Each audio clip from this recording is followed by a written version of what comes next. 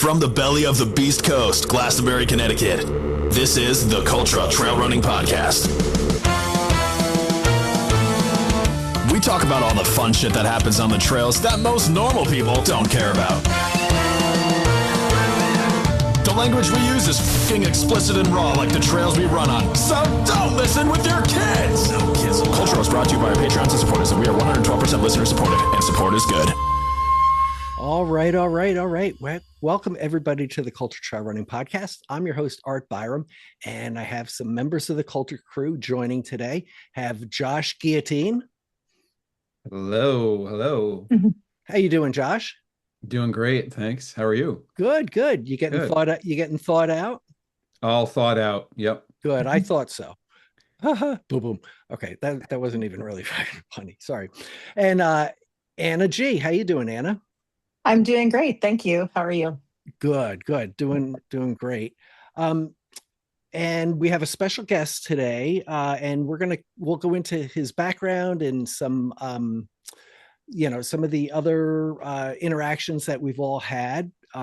We have Marty Janoschek. Did I say that right, Marty? That was pretty darn close. I'll give you credit for that. That's like a first. So we're pretty good with names around here historically. So I think before we get started, I know that you guys just spent some time together in the White Mountains, and we're going to talk about that you got together for an AMC winter.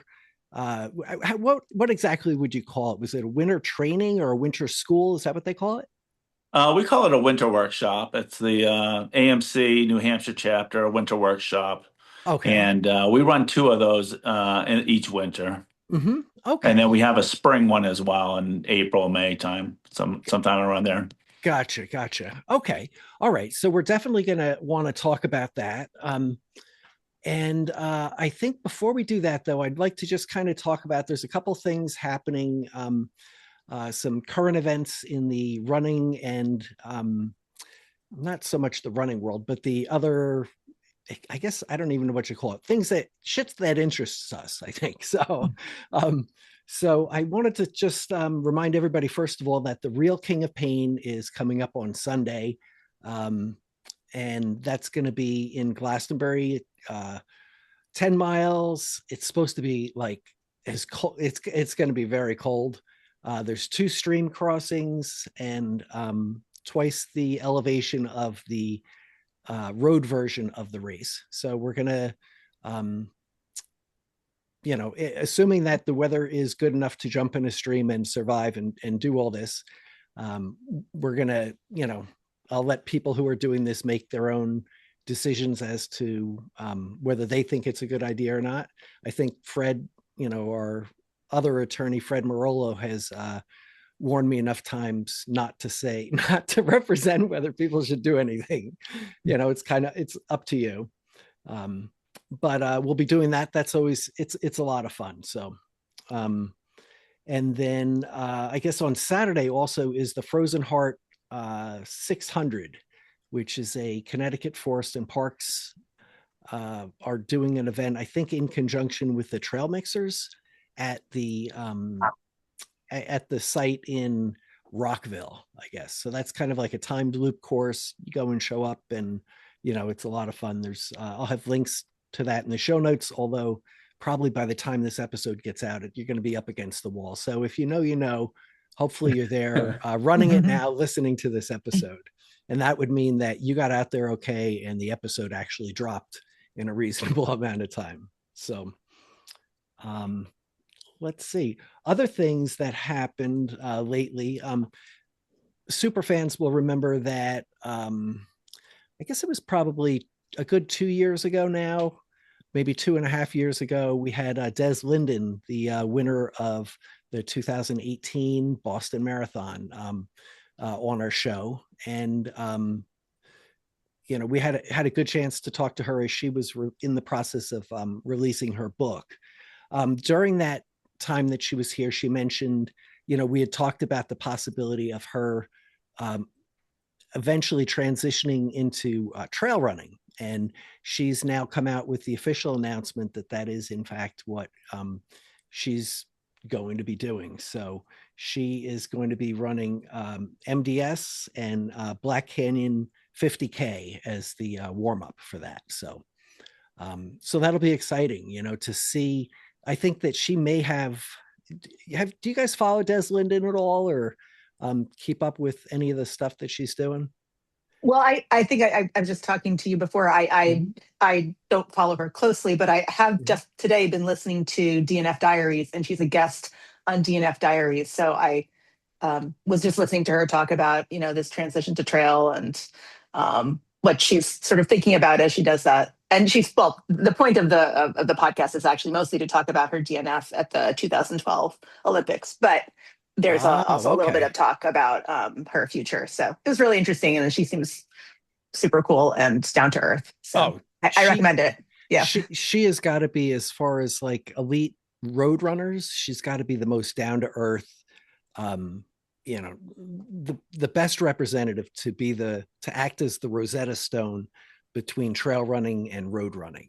She's going to bring so many roadies, I think, into the sport, where they're going to wake up and say, wait a minute, you mean we can run in the woods?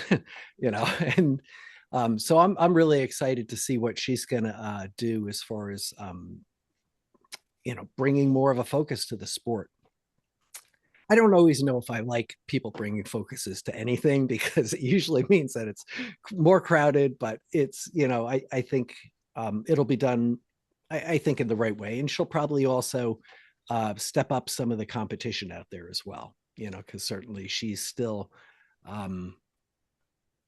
she's still running, by all accounts, very fast. So,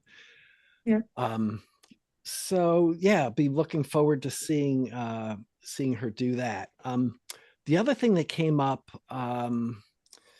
did you guys happen to see Alex Honnold and the Netflix special?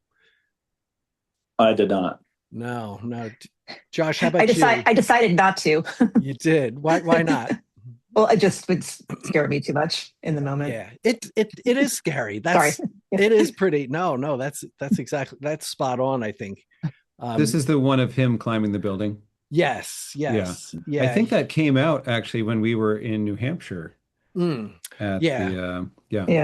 think you're right. They had it live, more or less live. I think it delayed, maybe it was a 10-minute delay on Netflix. So it was a pretty big deal. It's been on their banner, their front page banner, at least in my feed. I don't know, maybe they kind of have their microphones listening to everything and kind of know that I might be interested in that. So you guys will probably remember that Alex Honnold did the Free Solo movie, and it's just watching stuff like that just is, I don't know. How do you guys feel, or what are your feedback about, what's it like to watch that? What do you think, Josh? I was wrapped watching that movie, Free Solo, and my hands were sweating, And at the time, my younger son was into climbing just a little bit, and I'm like, this is crazy. But amazing, And he, what I remember is that he had the whole thing written out, like every move going up. He was writing out each move. It was like a dance in a way, choreographed. Yeah, it's funny. It's kind of like a chess player can remember every move, right? Or if you've ever played, I have always been a hack on, a golf course, but, I've had people say, oh yeah, when we were on, we'll be on like the 17th hole, and they'll say, yeah, back when we were on the 6th hole, and, we were 2 up to here and then that and that. And I always have hard enough time remembering like the hole that I just played, let alone remember the whole game. And, the people who are into it, they kind of have an idea of what the whole game, a lot of times they have an idea of what the whole game looked like. So, he's looking at it from a different thing. Now, Marty, have you seen Free Solo? And I think I did watch it, and just like Josh said, I really could have used a chalk bag for my hands, because they were definitely I can't imagine watching that as watching that live or being a family member or anything like that. So, but this was he, on the January 25th, he did a free solo of the ascent of Taipei 101, which is 1,667 feet skyscraper in Taiwan. So he climbed up the outside of that. A lot of it seemed like it had almost like handholds on it, and he was kind of grabbing onto the cladding of the building and stuff.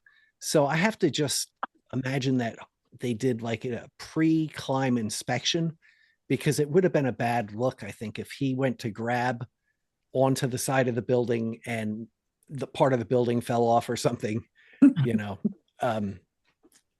but I kept thinking he was going to catch a sharp edge somewhere, something that why do you have to deburr the outside of the building? It's not like anybody's going to touch it. Right.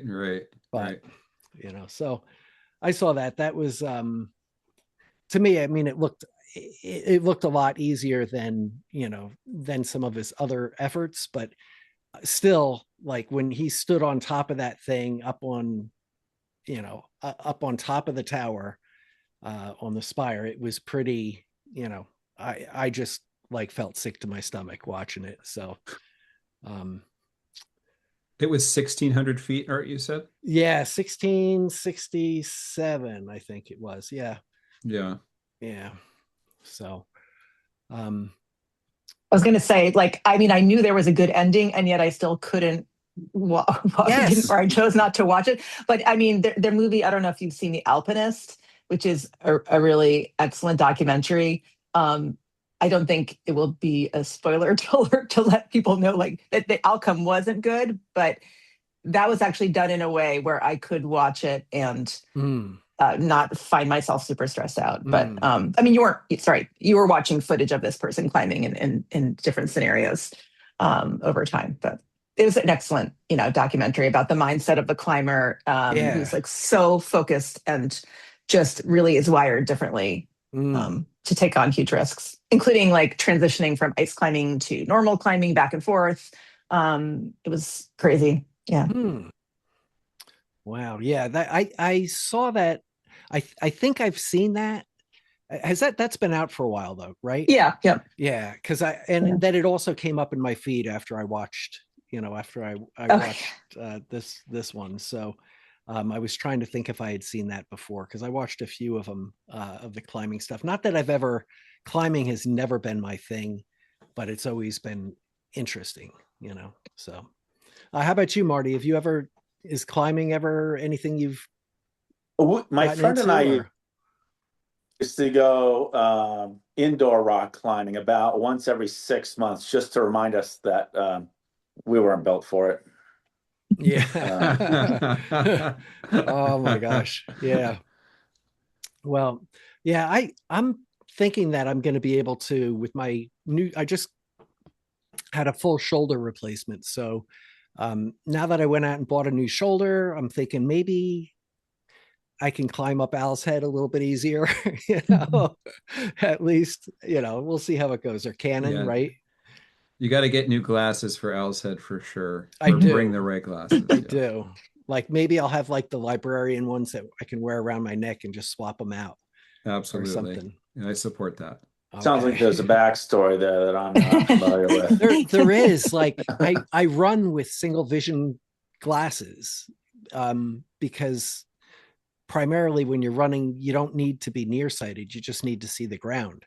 Well, you have to look at your watch, make sure you're at the right pace, right? You do. My eyes are still, I can cheat underneath it and make out my watch underneath my glasses for the most part, or at least I can do that. So by climbing up Owl's Head or other slides, all of a sudden the rock face is, 2 feet from your face.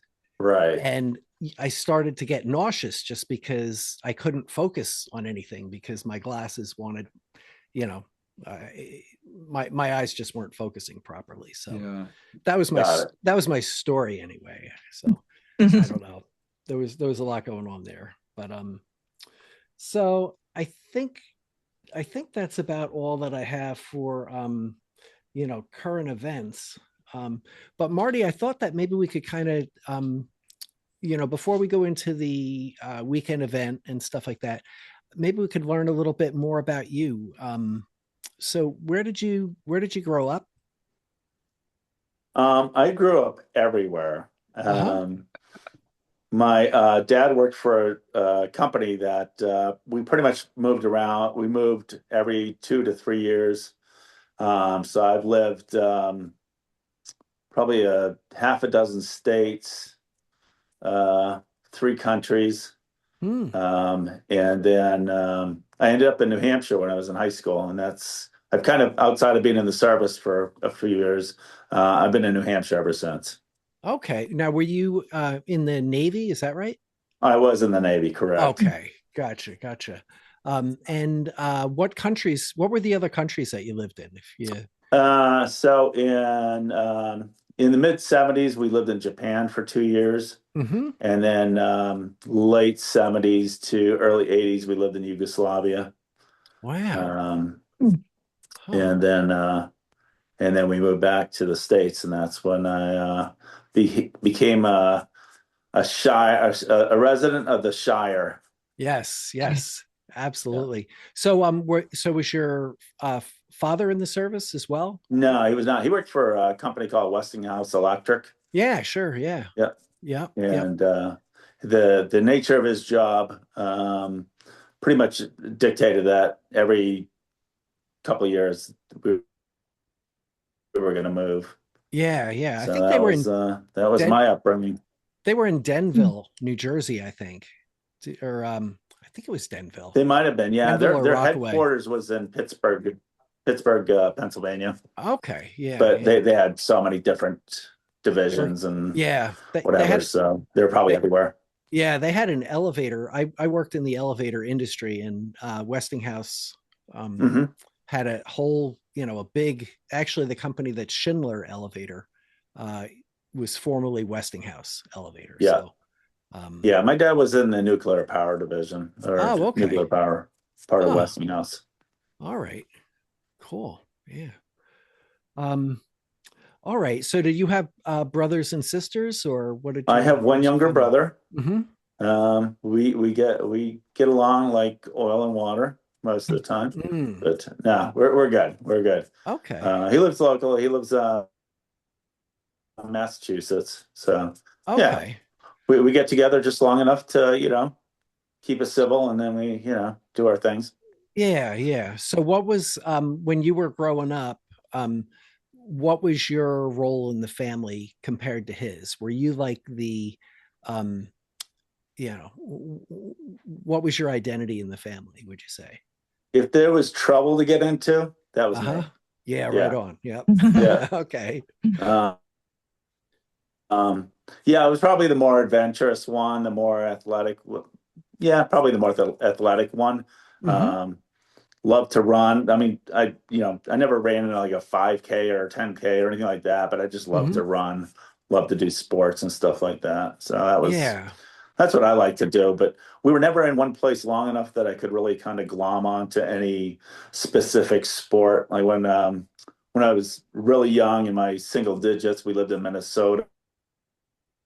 So we skated a lot. We played hockey a lot. Then we moved someplace that wasn't it wasn't easy to play that sport anymore. So then it was something else, and so it was just kind of whatever the opportunities were. Gotcha. So, but you said you moved now, was your brother athletic as well, or no? Not so much. He was to a certain point. Yeah, he was probably he was good. He's always been good at playing volleyball. That's probably because he is good at volleyball, but he's tall. Okay, gotcha. Hey, I have a question for Marty. Marty, when did you start skiing? I probably really started skiing when I was early teens. Yeah. And so where did you move in when you moved to New Hampshire? Was that in New Hampshire, actually, that you were that was a little bit earlier on. I had the opportunity to go to a school when my dad was working in Europe. I had an opportunity to go to school in Switzerland, and it was a boarding school, and it was in the Alps. And it was a British school, so they had trimesters. In the middle trimester, our PE every day was to ski for 4 hours. So that's where I kind of really got into skiing. And then there was a period after that where I didn't ski for a long time. And then I got back into it about 20 years ago. Okay. Now, were you also cycling at that time, or was that something you've done a bit of cycling was a is that right? relatively more recent, for probably the probably around 2005, 2006, I started getting into cycling, road cycling. Loved that. Did that for probably about 10 or 12 years. Had a good group in Concord, New Hampshire that I cycled with. COVID kind of like broke us apart. We just never got back into it. I didn't get back into it. A little bit of a side story. During COVID, we got a COVID puppy, which needed to run. And so I did not like to run with a dog on a leash. So I decided I was going to take the dog out on the trails and run with the dog separate from me, no attachment. And that worked out great. And that's kind of how I got into trail running. And cycling fell by the wayside, even though I still have most of my quiver of bicycles. Sure. Gotcha. Yeah, I think like ultimately running is a less of a hassle sport.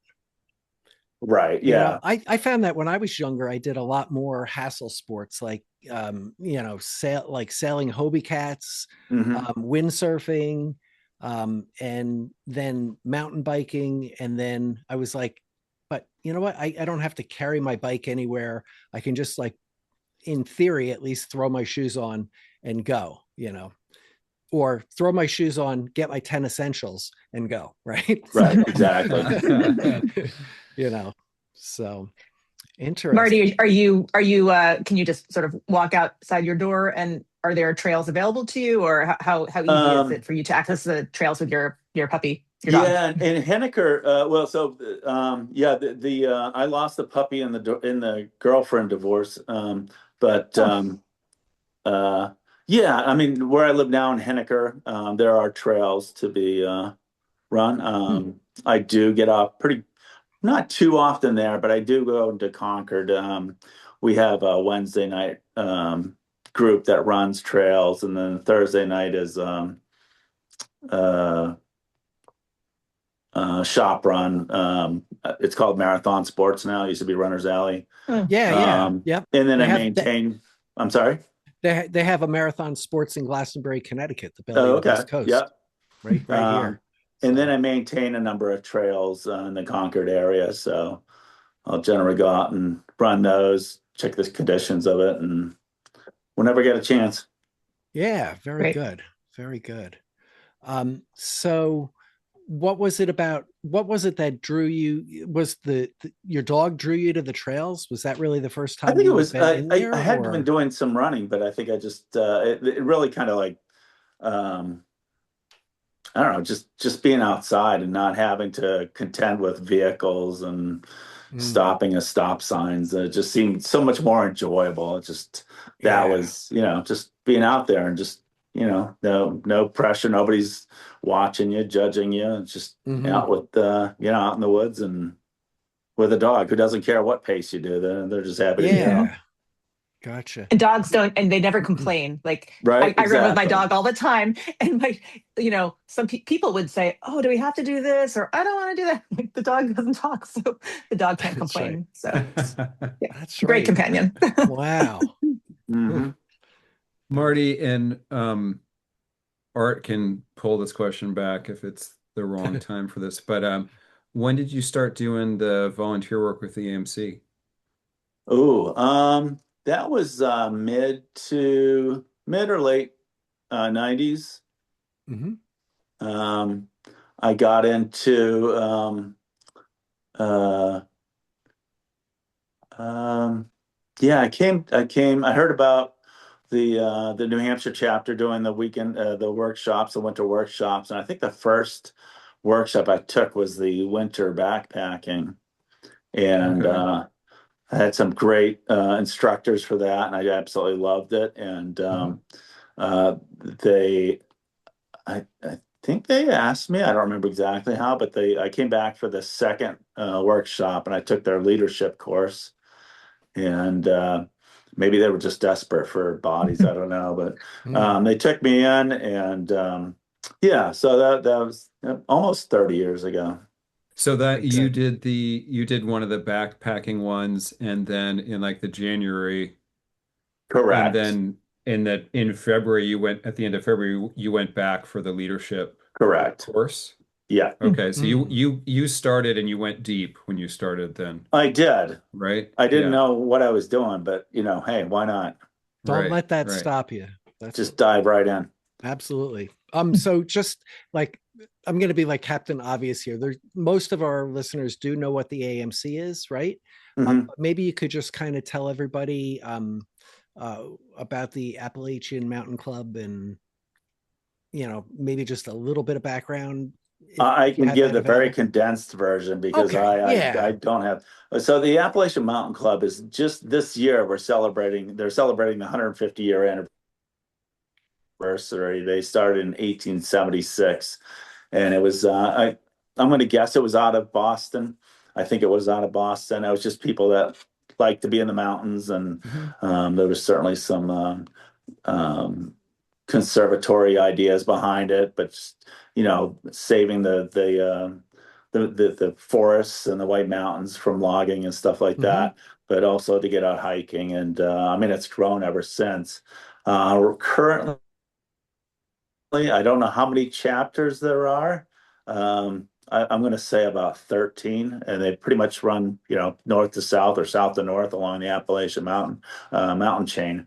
Mhm. Um, and they're guided by an AMC, and then they have all their chapters. Like there's a New Hampshire chapter, there's the Boston chapter, there's Maine Mhm. chapter. Connecticut. I'm, Connecticut I'm chapter gonna We is I'm gonna do. lose yeah. track of which ones there are, but Yeah, yeah. yeah. No, absolutely. That's So great. And they're a very professional organization. They yeah, I think they are. Yeah. That there's I try to stay very low. I try not to go too far up the totem pole on anything Mhm. like that. I like to be a volunteer and um, uh, share whatever knowledge I have. And I enjoy coming to, we'll probably get to this later, to Cardigan Lodge. But Mhm. like I said, this is where I've been coming for the last almost 30 years. And so, yeah, this is the part I like about it. Gotcha. So it's my understanding that in the early days, when people would venture into the mountains, um, that the first search and rescue before it fell to New Hampshire Fish and Game, um, that AMC was handling a lot of the things like the high mountain rescues and things like that. And, eventually they, it got to be too much. And, they knew that it would entail other resources so that it kind of transferred away from them. But they were in my under, is probably an oversimplification, but they were heavily involved in that, right? They could. I don't I honestly don't know the Mm-hmm. answer to that, but I think I mean they've been present like up in Pinkham Notch in that area for a long Sure. time. So Yep. certainly they would have had the local expertise and probably the people best suited for doing a rescue if that was Yes. necessary. Yep. Yep. If Great. Yeah. I want to add a little bit about the AMC. The AMC um, also has these different camps. Like there's Cardigan Lodge, there's Highland Center, there's Joe Dodge Lodge. There's a camp. There are different camps. When I was introduced to the AMC, I was 4 years old, and we went to vacation on a 3 Mile island on Lake Winnipesaukee, which is this beautiful AMC camp. It's a little atypical of AMC because it's not in the mountains. But it was this amazing experience. to be there as a kid. It was a fantasy land. And when I went to Cardigan, it was like they had packed up that amazing experience, and I was getting it as an adult. And it's for me, it's what draws people in, I think, is um, someone described Cardigan as, or the winter workshops or winter school. They described it as summer camp for adults in the winter. And it was so much fun. Wait, Yeah. summer camp for adults in the winter. Yes. Who like winter? Adults who like winter in the winter. I like it. It's that sounds like I love a description like that, like a oxymoronic right up there. It was a perfect description. Yeah. Yeah. Gosh. So but Marty, your skiing seems to be you're pretty involved with the backcountry skiing, correct? I am. I'm not as I am involved in that. I really enjoy it. Mm-hmm. Find that as I'm getting up in age that I'm not quite as I'm a little more tentative about some of the skiing. So yeah, I think my input when we have the instructions at these workshops, or if we're leading trips, is pass on some of the knowledge that I've gained, and it's I have something to add. Other people have more or other stuff to add, but hey, I still enjoy it. I still like getting out to ski, and yeah, it's fun. Excellent. What is it that go ahead. Oh, I was just going to ask, is your participation with the AMC now really solely as a leader, or do you ever just participate in activities as a participant? I will. I do participate in a few things. Every now and then. I am also I forget what the exact title is, but I am I'm going to say steward, just because I'm not sure. I'm not sure of the right word, but of one of the ski trails up here at Cardigan, Duke Ski Trail. So I'm part of that, and I will also join sometimes, but actually fairly often, some of the ski trips that they offer, some of the other volunteer led trips, and sometimes maybe even some of the hiking trips. Gotcha. Now, the type of skiing that you're doing is not like a typical resort ski, right? Like it is. Well, it is and it isn't. It's with the skis, it's a little bit more on the bindings and the boots. It's not the current boot and binding setup is one in which you are able to free the heel, and the toe is hooked in, so you're more able to flex your ski boots within the front point of that binding for going uphill, and we call that skinning. And so you have the skins on the bottom of the skis, and the word skin comes from the Norwegians. They used to use seal skins on the bottom of their skis. The nap of the fur would allow the ski to move forward, but then the hairs would catch on the way back. Now they make them out of synthetic materials and stuff like that. But certainly being able to have your heel free, be able to articulate that on the way up is key, makes it much more comfortable to make that happen. And then depending on the type of skis, they also have telemark, and they have a splitboard for snowboarders. But the technique for getting up the hill is pretty much the same. And then once you transition at the top, wherever you're going, then you kind of change over. You take your skins off. And if you have a splitboard snowboard, you put the two halves together. And the telemark guys, they're still kind of free heel, probably a little more a stiffer type of free heel, and then the setup I mostly ski on now is what they call AT, or Alpine Touring, and that locks in. It's pretty much like a downhill ski at that point, that downhill setup. Okay. All right. Now, how excited are you that they're going to have skimo in the Olympics? That is pretty awesome. I listened to a podcast by I'm going to screw up the name now. White Mountain Ski Company, or Andrew Andrew Drummond. Drummond. Yes. Yes. Yeah. I was just gonna. We had him on the show female, not too long yes. ago. Yep. He had the female, I guess it's a pair. I didn't fully understand the concept, but I guess they swap out, like the male goes up and does one loop, and then they swap out, and the female goes up and does a loop, and I think they do one more, something like that. But she was one of the she was chosen to represent the United States for this event. Yes. Yeah. That will be I think that's going to be pretty exciting to see.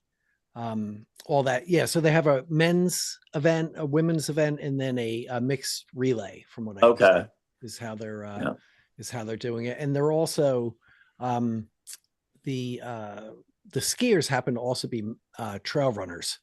So we kind of feel like we have a dog in the show with this. I didn't know that Andrew had them on his show, so I'll definitely it was pretty recent. It was like either a week or two ago, I think. Oh, okay.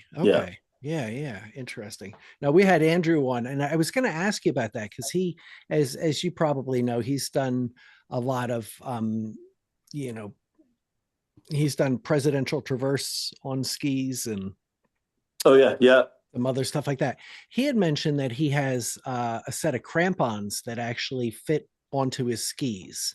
Yes, they do make those. I don't own a pair. I don't want to do anything that requires me to put those on. Gotcha. Yeah, I hear you. I mean, yeah, it's he has some interesting videos with that stuff. So, but yeah, it's I think it's good that you got to stay within your comfort zone, right? Yeah. Yeah. Have you ever? I hurt easily now. I get. Yeah. Right. You can ask Josh. I fell on my tailbone last week. So. Oh my gosh. So have you ever run into trouble when you're out there? Define trouble. Something where you're saying for a minute, like, oh shit. Like, I did have an oh shit moment. Okay. We used to go. We still do. About every other year, we go up to the Chic-Chocs up in Quebec, and it's all backcountry skiing. And I had brought my telemark gear, and we're heading up. We're skinning up, and I noticed that I don't have my telemark gear does not have brakes on my skis. So you have to have a leash. Yeah. You don't have to. Well, because you're not at a resort. Okay. But yeah. It's smart to have it, because at some point we were on a peak called in Quebec they call it Ogesback. In English we call it Hogsback. And it's above tree line skiing. And I don't really know what happened, but at some point my ski came off my boot and it was shooting down the slope. Oh yeah. And and I'm thinking, well, towards the tree line, and I'm thinking this is the last time I'm ever going to see my ski. Of course, yeah. And by some miracle, my ski noses directly into a tree or something, and bounces up in the air about 20 or 30 feet and lands. And so one of my buddies that was with me, or she, I can't remember who, went down to look for it. I mean, it was right there. I mean, it could have shot off into the woods and never seen it again. But yeah, so that was an oh shit moment. And now, if I'm wearing my telemark gear, I do not forget to bring my leashes. Yeah. See, I guess you learn something every damn day. Yeah. Every mistake will give you a good lesson there. But have you ever been in full conditions or anything like that where? There's been a couple times, probably just just slopes that are steeper than I really kind of anticipated, and Mm. just really questioning my abilities to be where I was at. And um maybe not the outcome wouldn't have been tragic, but Hmm. just feeling like, this is not exactly what I want to be doing right now. Yes, yes. Gotcha. Is there Gotcha. like a universal rating system? I mean, how do you know what a slope is like in backcountry skiing until you're actually there? How do you just I don't read know if up there's on a what people are raid that you can talking kind of about, like. or There's a book, New England Backcountry Skiing, I think, by, I'm gonna forget his name, Goodman, I think his last, and they do a lot of like ratings, like moderate, difficult, and stuff like that for ski trails in New England. And then I haven't skied much out west, so I can't speak to that. Up in Canada, they have a guidebook for the shit shocks, and they'll rate them. But I mean, it's That's so variable. It all depends on snow conditions, and they could say it's a like a moderate slope, but there might be some difficult sections in there, mm, or just depending on so many things. So yeah. that's a great name for a mountain, like shit shocks or Shit something. shocks, yeah, Yeah, yeah. I that's think that's the India. They also go by the gas. It's up in the Gas Bay Peninsula. You drive up to Quebec. You don't cross the St. Lawrence, but you just stay on the mhm. south side of St. Lawrence, and you drive for another 6 hours or 5 hours or whatever it is. It's Hmm. it's a long it's a long drive. It's 10 and a half 11 hours, but we'll stay up there for a week and ski for 6 or 7 days. So Wow. Huh. yeah. Jeez. Um, so how does that compare to like you said, Switzerland, right? Oh, well, I mean, Switzerland was all resort skiing, Oh, so okay. yeah. All right. So never I saw a I watched a documentary about I think the Traverse or the Great Traverse Not with familiar with it. lots of crevasses and Mm. issues like that around Mont Blanc. There is certainly that there. That's not what I was skiing when I was Yeah. there. I Okay, think that good. might have been against the lawyers probably had something to say about that. Yes. For sending 13, 14, 15, 16 year olds out to Mm, ski off piste was probably not in their best interest. gotcha. Yeah. Yeah, yeah. Oh boy. Um, all right. So let's talk about specifically the weekend that you guys spent together. Uh like set the scene. Maybe Josh, you can kind of start and tell us like what the because I think you went up early, right? So Yeah. maybe Yeah. just give us an idea of like what was it like? Probably like it was really cold, like probably like 20 degrees out, right? It was, I think, like the coldest temp. Someone went out to their car, and they got like a -6 was, Mm. maybe the coldest temp. When we were there on Friday night, Marty and Anna, I think one of the leaders. It wasn't Rick, it was the other guy. He said, "You guys should go out and start your cars." Oh, It must have been that was on Bob. Saturday. Yeah, he said you need to just remind your cars of what they can do. It was so cold, and I went out and I had my car running for 15 minutes, and that gauge of the engine warming up did not move. It was Like it did pinned. not go off, freezing my butt off, and Mm. the electronics were all like super slow, like turning up the fan. Like it was legit cold. I think Mm. it was about as cold down here though too as it Yeah. it was It up was pretty there. cold. Yeah. Yeah. Yeah. Yeah. I had heard about this winter hiking series that they do up in the Whites. We were in Cardigan, so technically we weren't, I think technically we weren't in the White Mountains, but Marty Yeah, I would don't be the think one. it's technically in the White Mountains, no. Yeah. But there's this series that starts in November that it's like 5 or 6 hikes. And I wanted to get into that, but that looks like that fills up very, very quickly. And then I saw that there was this winter school thing, and this looked great. So I jumped on it. I told Anna about it. And then I went up a day early, which was super fun because no one was at the lodge. It was myself, Marty, and I think Matt, the crew guy, it was Matt, right, Marty? Yeah, I think it was Yeah. Matt. Yeah. And it was absolutely beautiful there. The lodge is just warm and welcoming. It's like it's just a perfect it's set up that you can muck about and there's no worries about hurting anything or getting anything messy, and it's set up perfectly for you to just go there and set off an adventure. Um, yeah, I've been riding a high from that weekend. I might just be coming down from it, Nice. like maybe today. Gotcha. So Anna, why did you sign up for this? What were you hoping to get out of the weekend and the experience? I mean, I really enjoy winter and really cold. So when we were looking at the forecast as it got the weekend got closer, the colder it got, the sort of happier I was because I was just looking for a test, to be in the mountains and as cold as can be. I mean, this is probably not as there probably wasn't even as cold as it could be, but it was pretty cold. So I felt like we really got our money's worth there, and I had such a great time with you guys in Whaleback and just wanted to improve on winter skills and thinking about being in the mountains in the winter. I mean, as I've mentioned before, like I go out in the winter a lot here in Connecticut, but I really wanted the mountain experience in the winter. So I wanted to experience being very like how it would be to be in a very cold and windy place. And I went up.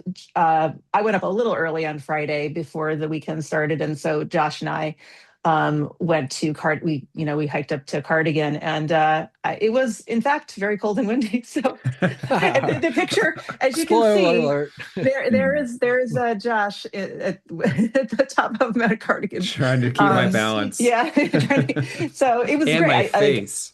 Oh, it's that windy. Yeah, is that what's going on there? Oh, okay.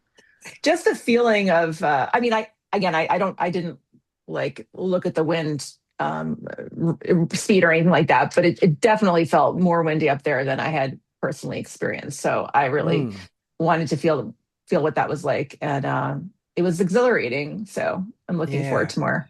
What was the biggest challenge that you like? I know it's different than like walking to the school bus stop in a winter coat and hopping on the bus, right? I mean, you have to, there's a lot of things like trying to modulate your temperature and then dealing with your hands, because sometimes you have to adjust either your snowshoes or your micro spikes or whatever it is. Did you work out any, like, did you have any knowledge that was gleaned from that you'd like to share with me so that I can learn from what you did?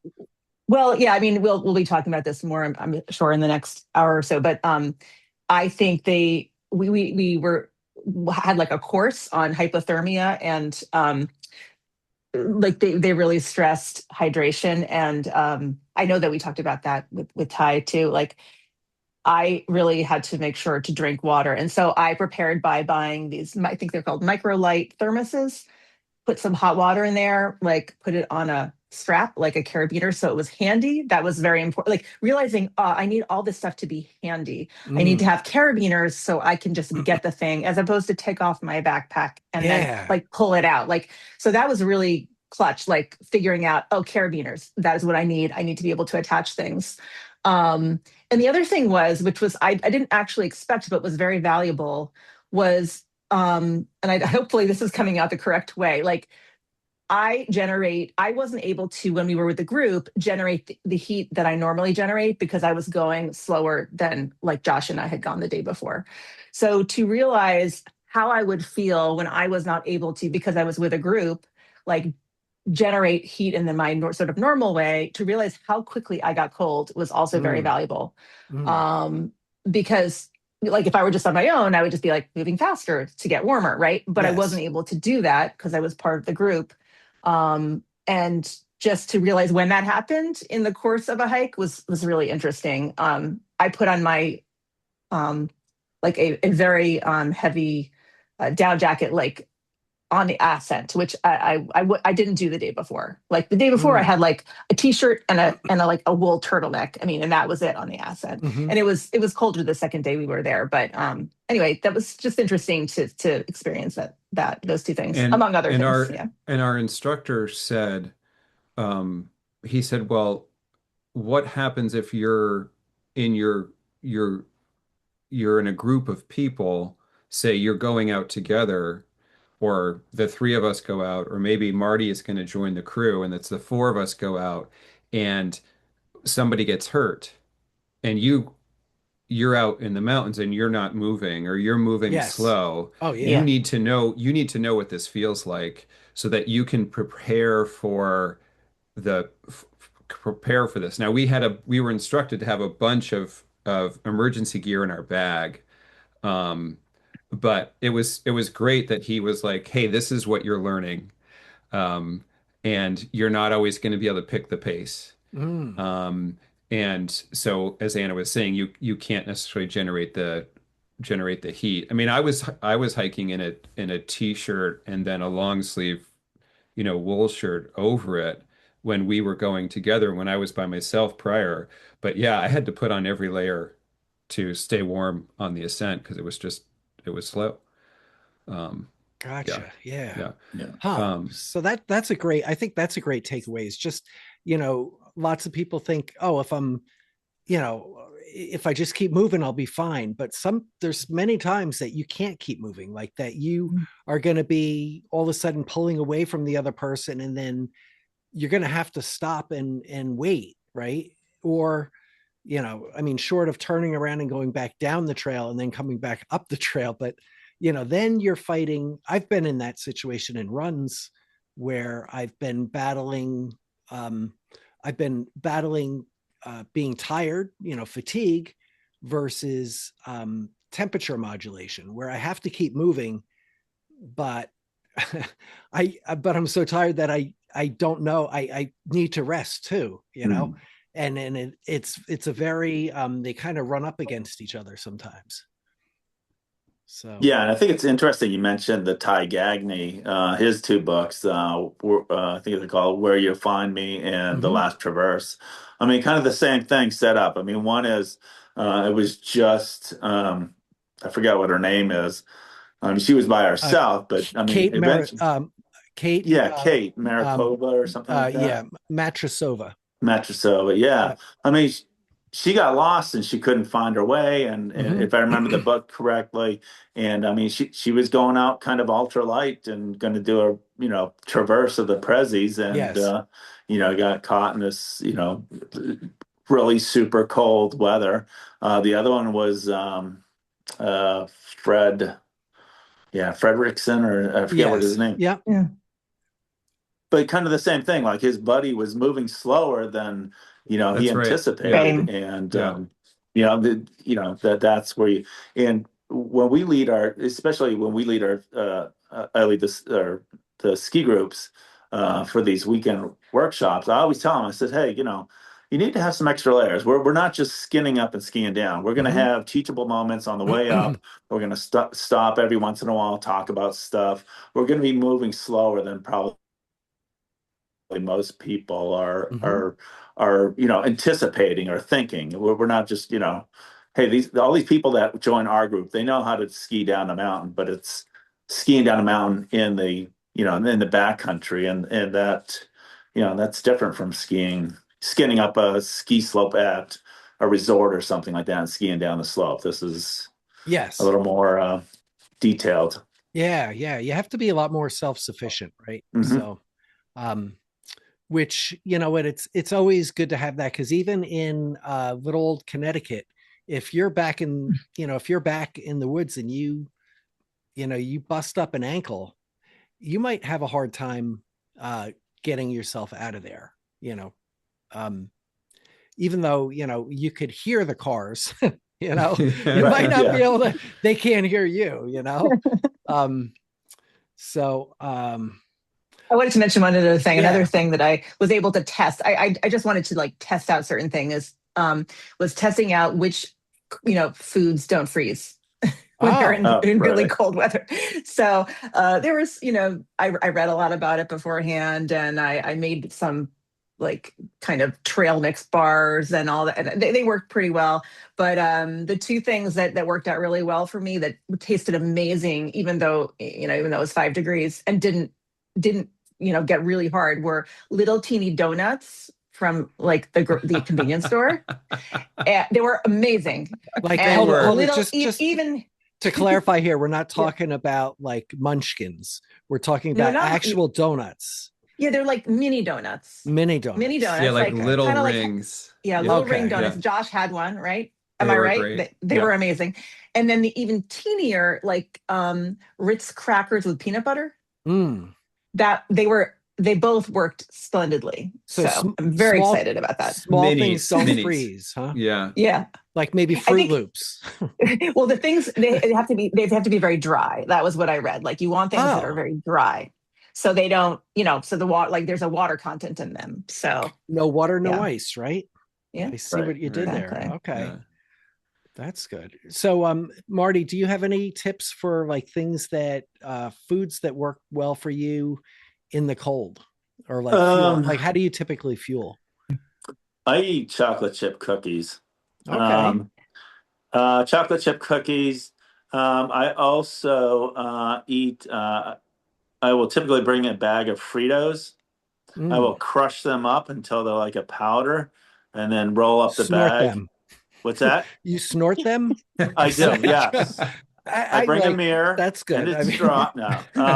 But I mean, they're just easy to pour out of the bag right in your mouth, and it's corn, oil, and salt. I mean, it's all your food groups right there. That's right. And if you get in a pinch, you can always light them on fire too. That is true. They burn very well. So they do. So interesting, huh? Josh, what's your cold weather stuff like as far as food? You have anything with that? I just Anna was packing all my food with the donuts. So no, I brought a range of stuff. I had Gorp in there, but the thing that I learned, compared to when we did whaleback together. Nobody's gonna steal your lunch, right? Like, no. Hey, let's get Josh. Let's steal his lunch. He's just got Gorp. No, I love Gorp, actually. It just sounds like something that the other kids wouldn't steal from you.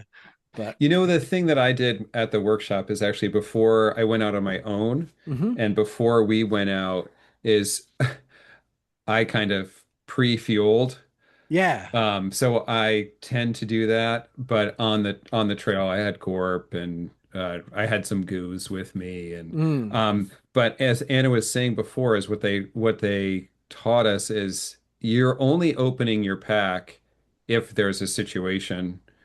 Otherwise, you never want to take your pack, or you almost never want to take your pack off. Right on. Maybe you need to put a coat on, but the water has to be here. The food has to be here. Extra gloves, everything you need has to be kind of accessible on your front. And I think Anna may have worked out her kit to do that before we left, Anna, or I can't remember. I don't have that worked out yet, but I think we've talked about this a little bit. As trail runners, we have our Solomon vests that have all these pockets and all this easy access in the front and stretchy things. And then, you know what, you throw your Houdini in the back, but like you put on a mountain pack, and here's something that has 10 times the capacity of your thing, but very little in the front that you can get to. Maybe you can grab something off your waist, but there's no bottle pockets. There's no, out of the box, these things don't really, in my opinion, I find them really inadequate for the task. I mean, as I use them, I mean, maybe I'm supposed to be attaching all these, carabiners and bottles and other things like that. I mean, that is a good point, Art, that you're talking about. I mean, maybe there is a future for some, a winter backpack that has a little more stuff in the front, Yeah. a little more accessible, makes it a little more streamlined and stuff like that for sure. Yeah. I usually bring a little, it's like a hip flask that I bring, and I just stuff that in inside pocket, and that's if it's going to be inside my coat, that stays warm. It's not going to freeze. I'll have the rest of the water in the back, insulated. But for a day hike, usually, you can have, I don't know, half a dozen chocolate chip cookies and, some sort of water system. But, you can stuff some of that stuff in the front. But like you said, like you want to minimize taking your pack off. And especially Yes. if you're in a group, if everybody's taking their packs off, you just end up Oh. sitting around, way too long. And then what happens is, like, even if you're starting out cold, like you're supposed to, right? You're supposed to start out cold so that you're not gonna, because as soon as you're going up the mountain, you're gonna work. You can have the potential to work up a sweat, and you're gonna warm up, ideally. But then you have a pack on your back, and I don't care how light I dress. I'm still my back is still going to, I'm still going to get sweat on my back. So I take a pack off, and it's like, I better be putting a puffy right on immediately if I'm doing that and it's cold. So I don't know. I always wondered about, like, is there any standard practice for groups to work together or anything? I don't hear a lot of that. Like, we practice that. The three of us practice that very well.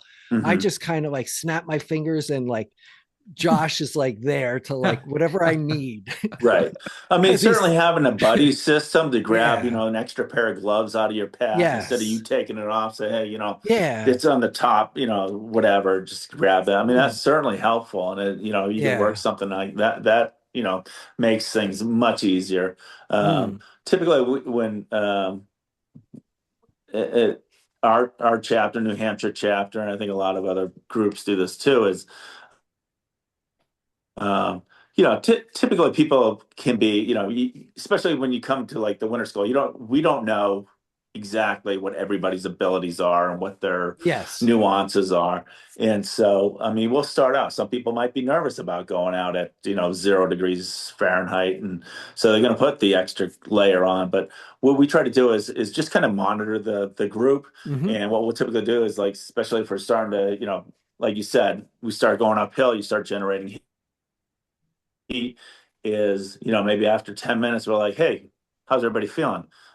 Who's too hot? You want to lose a layer? Let's do that now. Let's do that real quick. Everybody as a group. If anybody has to do a bio break, do it now. Yeah. Get it all done. It's kind of like, all right, you guys got 5 minutes. Let's do this. Everybody do what they need to do. And then we need to be ready to go again. Yeah. Because standing around for 15 minutes isn't going to work. That's brilliant, because I've been in so many groups where, I'll have a group of 4 people, right? And then, like, if you don't all coordinate bathroom breaks or whatever it is, it's just like a road trip. You're driving somewhere too. Yeah, it's like you're going to stop all the time, and and add, especially on longer distances. If you're we do a lot of ultras and things like that. If you're going 100 miles and you don't have that, just having that little detail worked out can save you an hour or 2 hours. Exactly. Speaking of the 100-mile or 200-mile, if you're spending 30 minutes at each aid station instead of having your shit together and getting in and out of there in 10 or 15 minutes, I mean, those times add up. So no, that is absolutely true. I was really grateful for Josh and my leaders, Dave and Aaron. They were really good about that, checking in while we were walking and coordinating the bio breaks. And I actually I never used the term bio break before, but now I'm like, well, that's the term that I have to use. I've never known what whatever term bio to use. you need to do. That's right. Like, what a perfect term. So usually I think I'm one is like holding up the fingers, like one finger or two fingers. I don't know. That's like, no, we had Des Linden on, and we asked her if she and Shanine Flanagan during the Boston Marathon, like kind of gave more details as they were. It's a long story. So let's see. So Josh, what was your, I see Josh is just rolling his eyes up there. He's like, No. Oh my God, I can't believe I bought into this again. Josh, was there anything that you, what did you learn? What was your biggest, did you have any aha moments, or did you kind of like just have stuff reinforced, or you know it all, or what's the deal?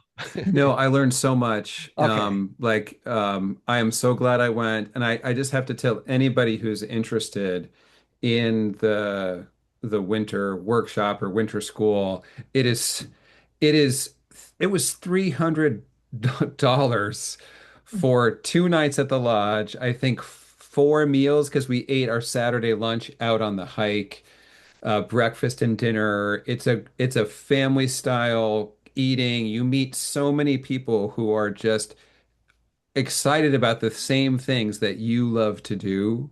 Mm, And but I learned so much about, I know so much more about how to put a kit together, the essentials that I have to have with me in the on a winter hike. I did my first winter hikes in the whites in March, and I was fine. I was watching the weather, um, and it was a good weather window when I was there. I was up on Monroe and the Southern Prezzies, but mm, I didn't have any of this gear that I have now, and I had snowshoes with me. I didn't need to use them ever, but now I have these shoes, and um, I learned so much, and I think this might be a good time, Anna, to if we want to talk about this experience. So I went early. I did a hike on my own on Thursday afternoon. I woke up very early on Friday and I hiked to the summit of Cardigan,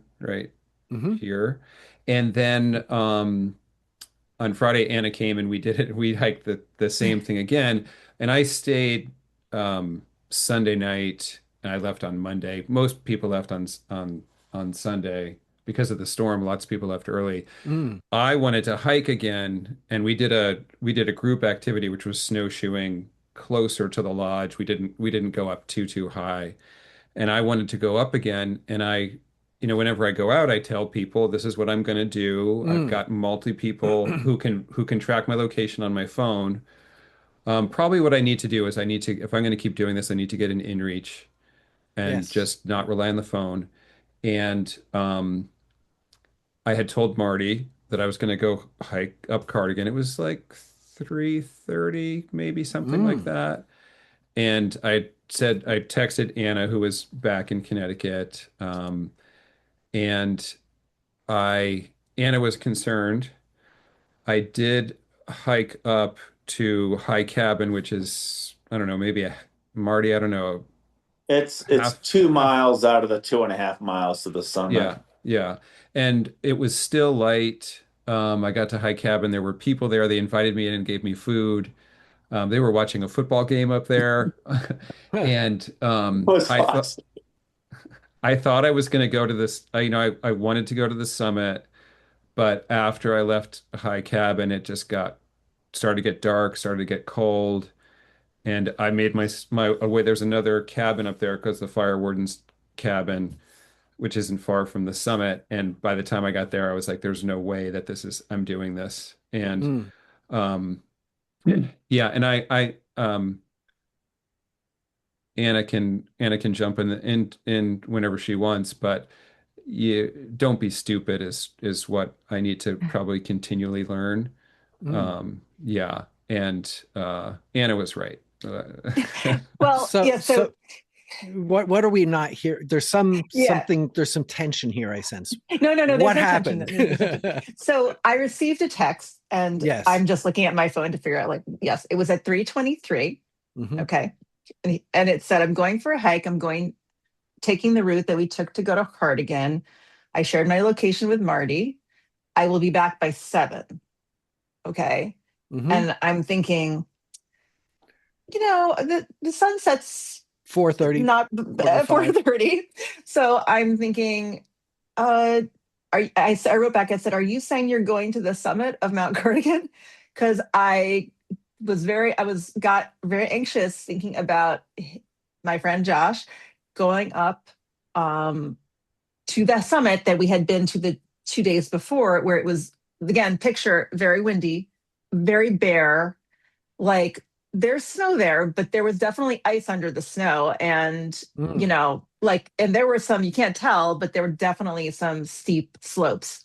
And it's also, it was kind of hard to see like where you were, because it's this kind of bald, like bit of a bald face.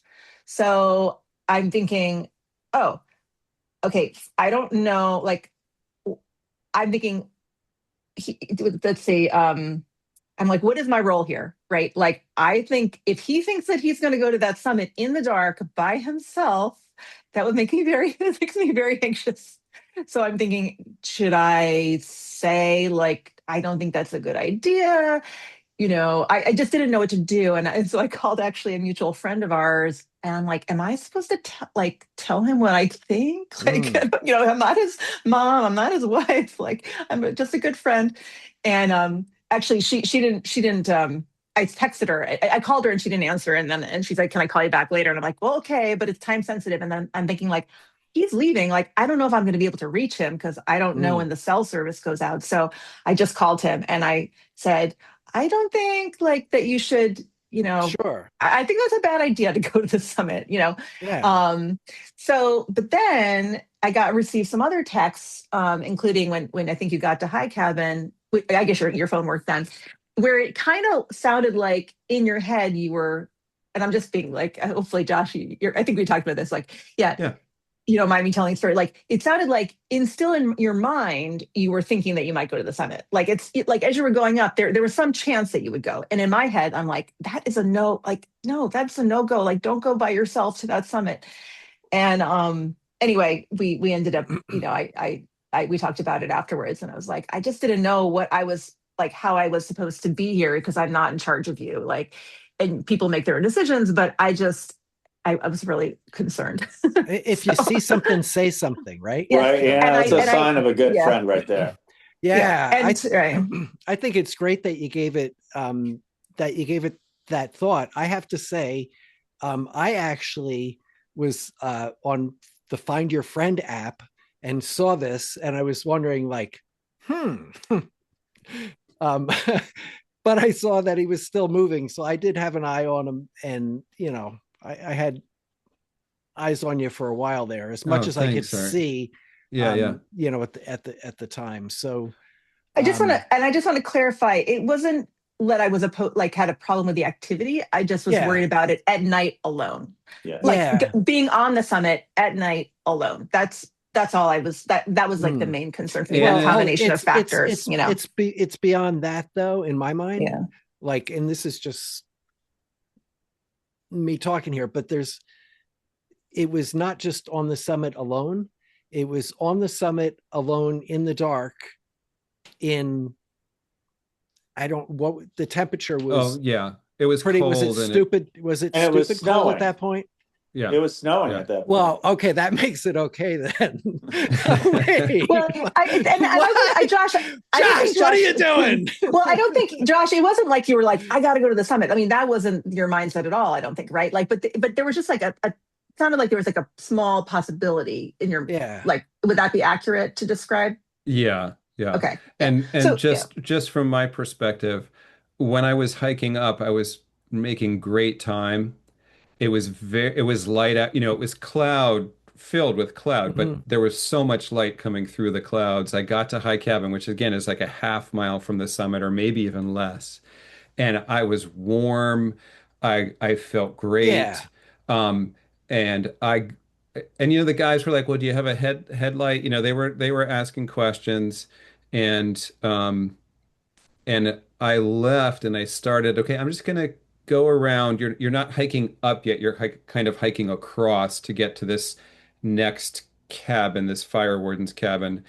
And I put my snowshoes on, but I started to get cold.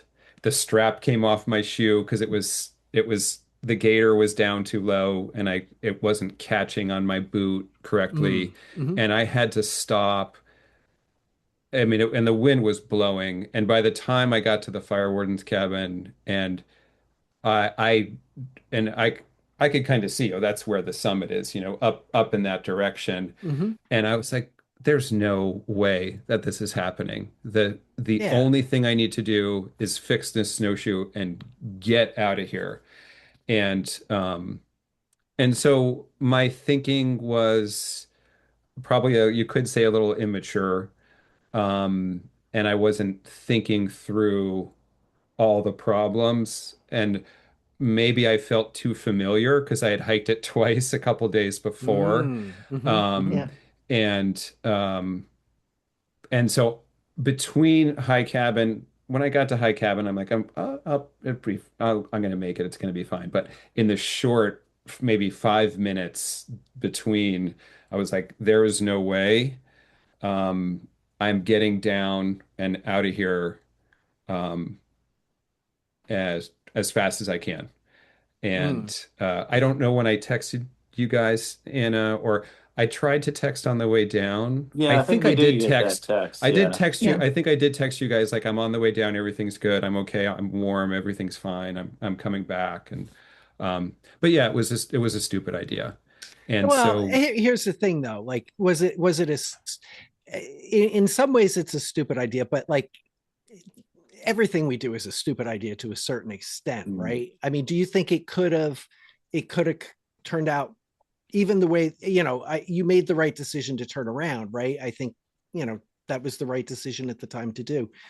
Do you regret that did you feel like at any point like, oh shit, why did I come up here? Like, or, did you ever second guess yourself along the way? Or, otherwise, I mean, it seems like you just kind of took a measured response and turned around and I mean, I was came back. cold. I mean, Yeah. my hands were very cold. Uh-huh. And Okay. so um I mean, I knew, you know, I guess the in my favor, if I can say Yeah. again, Mhm. um, is I wasn't locking into that goal, you know. Gotcha. It was like I think things are going well right now. I'm getting closer. I'm feeling good, and I wasn't locked into the goal. And and I knew how to get out too. I knew there were basically a trail going up and then it forked and it kind of came back together. Um, and so I had gone up one way, like a little lollipop, basically. Hmm. And, I knew like, I'm not doing this. I don't need to do this. I need to get down. Yeah. And fortunately, I had the instruction, I had the gear, I had the hot water. This is another thing we didn't say, and I hadn't thought about this before ever, but when you hike in the winter, when it's super cold, you're bringing insulated thermoses with very hot water in them, and you're bringing Nalgene's with hot water in them, and you use that as a way to heat your body. You drink the hot water and it's warming you from the Mm.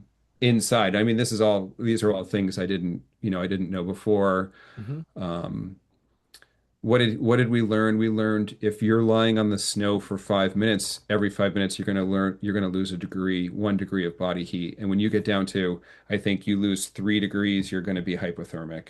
Mm-hmm. Um, and there was an amazing lecture. Marty, who gave the That lecture? was Scott Taylor. His talk was captivating on hypothermia and on frostbite. And it seems like, Marty, I don't know if you know, it seems like he's maybe trying to put something together and maybe put that out professionally or something. I don't know I because don't know, but I do know he's a paramedic. He's with the local fire department. He's been doing this for like 100 years. I don't know. He's a little bit older than I am. So, but I mean, he's been doing it for a long time, and he's competent wilderness um, medical technician.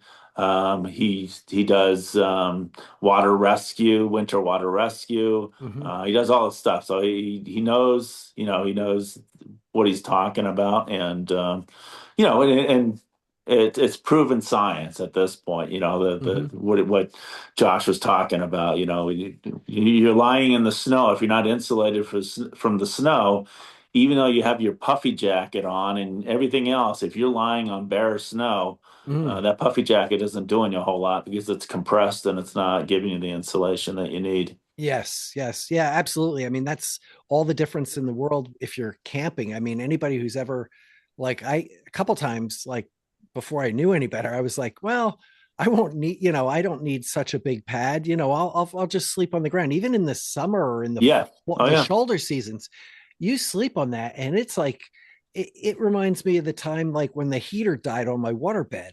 You like wake up in the middle of the night and you're like, what the heck is wrong with me? It is like, I'm frozen to death. So that's why, winter camping, I wear, I've slept in the snow, but with two pads, Yes, exactly. Put down two pads and, I think I out 8 degrees without a tent and no problem. Yeah.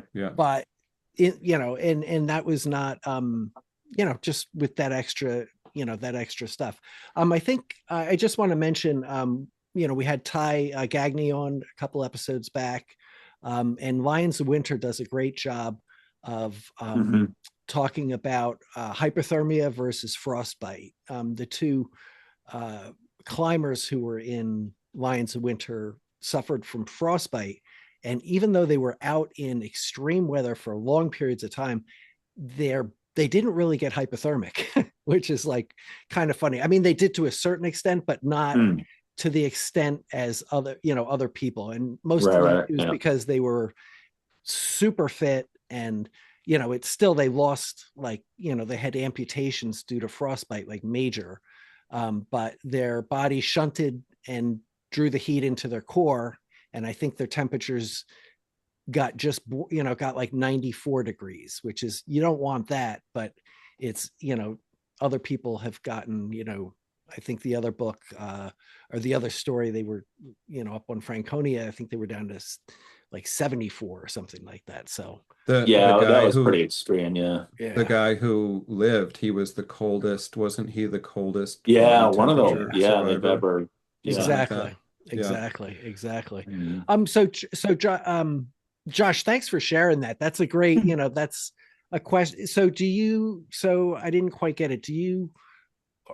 Are you kind of comfortable with your decision making through that, or?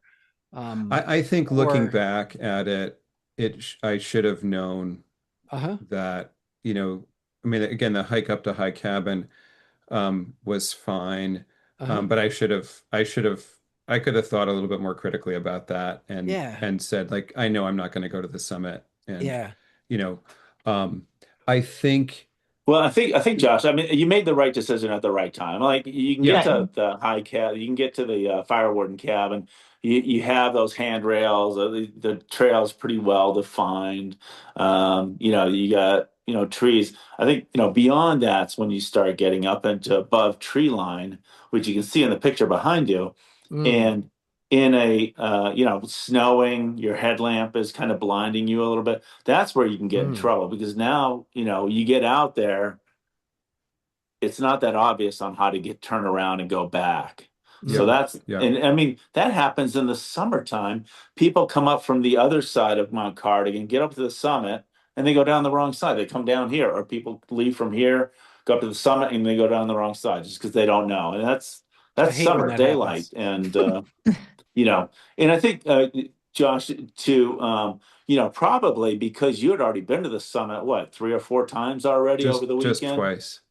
Just twice? Yeah. But I mean, it's like, so you didn't probably feel the need to go up, like, oh, I have to get this because, that, and I think that's a lot of times, like, like some of the stories by Ty Gagne, we have to get to this destination. Yes. I think, like, the other thing, Josh, is that you had a lot of things that I think this is a great example of why, why it pays to do things the right way, right? Because I think we're always going to we're human. We're always going to we're going to be less than perfect or not understand all of the decisions that we make fully. But if you That's why you show up prepared with all the right gear. That's why you did something and you're in excellent shape, so it's not like you are gonna, sure, you could have gotten injured, but you're not gonna fade physically. It's not as likely, for that to happen. You're in touch with what that's all about. So you did all those other things right, but it's the person who like overestimates their own fitness, figures they're going to go fast and light, is just going to run up there, just wants to tag it one more time for whatever reason. And then despite all that, overestimates their abilities. And then when something goes wrong, maybe doesn't bring a map. I mean, so many of these stories we read, like they didn't have a map or compass or light or, any of the essentials, so. Yeah. Can I ask Well, I would add, Marty? in Josh's case, is that, I mean, hiking up to High Cabin is like, that's no big deal. I mean, in the conditions that he was in, there's no big deal going up to High Cabin. I mean, it's pretty well defined. He knew the trail. It's a decisions that he made, when he got to the point where he's like, well, maybe this isn't the, this might be the turnaround. And that's where, I mean, he absolutely nailed it. Yeah. Very good. I was going to ask. Oh, no, I was just going to ask Anna. Marty, if you had any, other than your ski strap story, like if you had any sort of cautionary tales or experiences that kind of really made you think about risk in a different way, or just, anything to share just in your many years, either with maybe even with a group, like things that just didn't go right, would just be curious. I mean, early on in my hiking, winter hiking, a friend of mine and we decided to hike up to Mount Jefferson in the winter. And it was, white out. It was snowing. We couldn't see very far. And we came back down and like we couldn't find the trail. And we ended up crossing the slope, which was, it had a lot of damn snow on it. We had to take our snowshoes off just because we couldn't we couldn't get any, we would just take a step and the snowshoe would slide out from underneath us.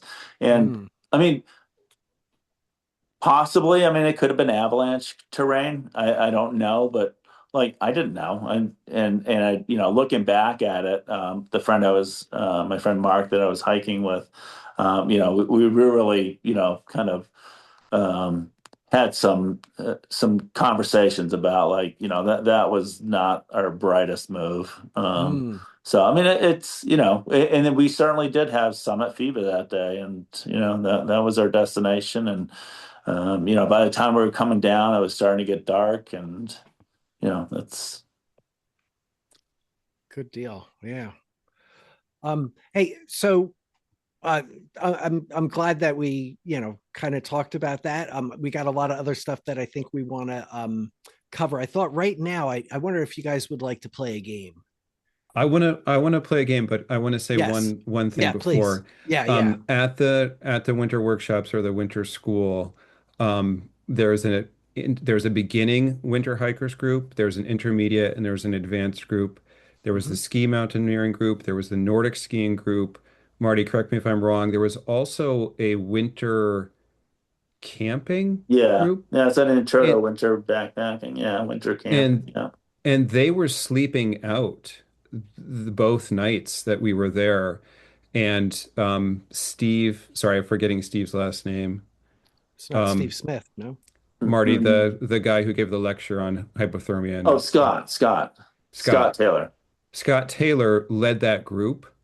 And again, he just had so much information. This guy is, if you want to learn about dealing with the elements in the winter, like you have got to come up to winter school and meet this guy. And we were lucky. We had I don't know how long that his talk was, but yeah. And the last thing I just want to say, like the AMC is an amazing organization, and Cardigan is a very special place, and everybody should go up there if you love the mountains.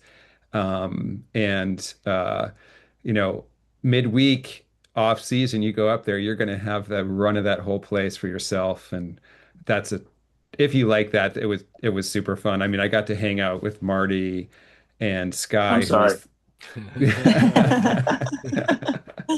Sky, who's the lodge manager, and Matt, and it's just very cozy, and I encourage people to, if they're interested, to do some research on it, or reach out to me. I'll give you the information I have if there's that interest. Cool. Now I'm ready for the game. All right, excellent. I'm ready to sign up myself now. So, and Good. Unfortunately, if it weren't for my broken shoulder, I would have definitely joined you guys with that. So we're going to play a game. This is like a game of Cultramatic.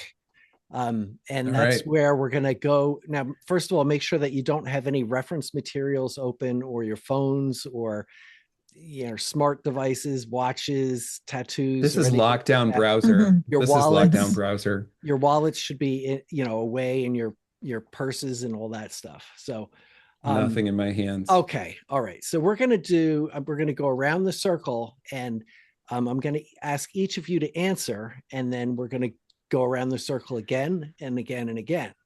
Okay. So the question is we're all familiar with the hike safe card, right?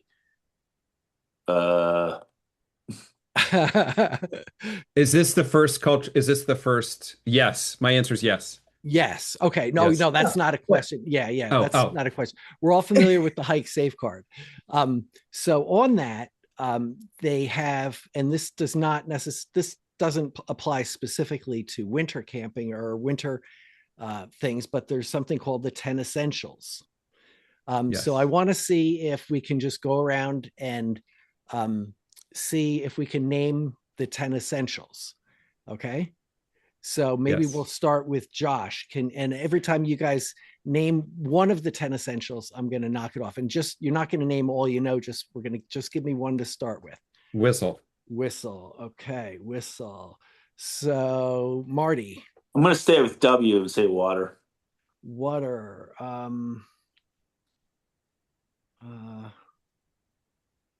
Okay. Yeah.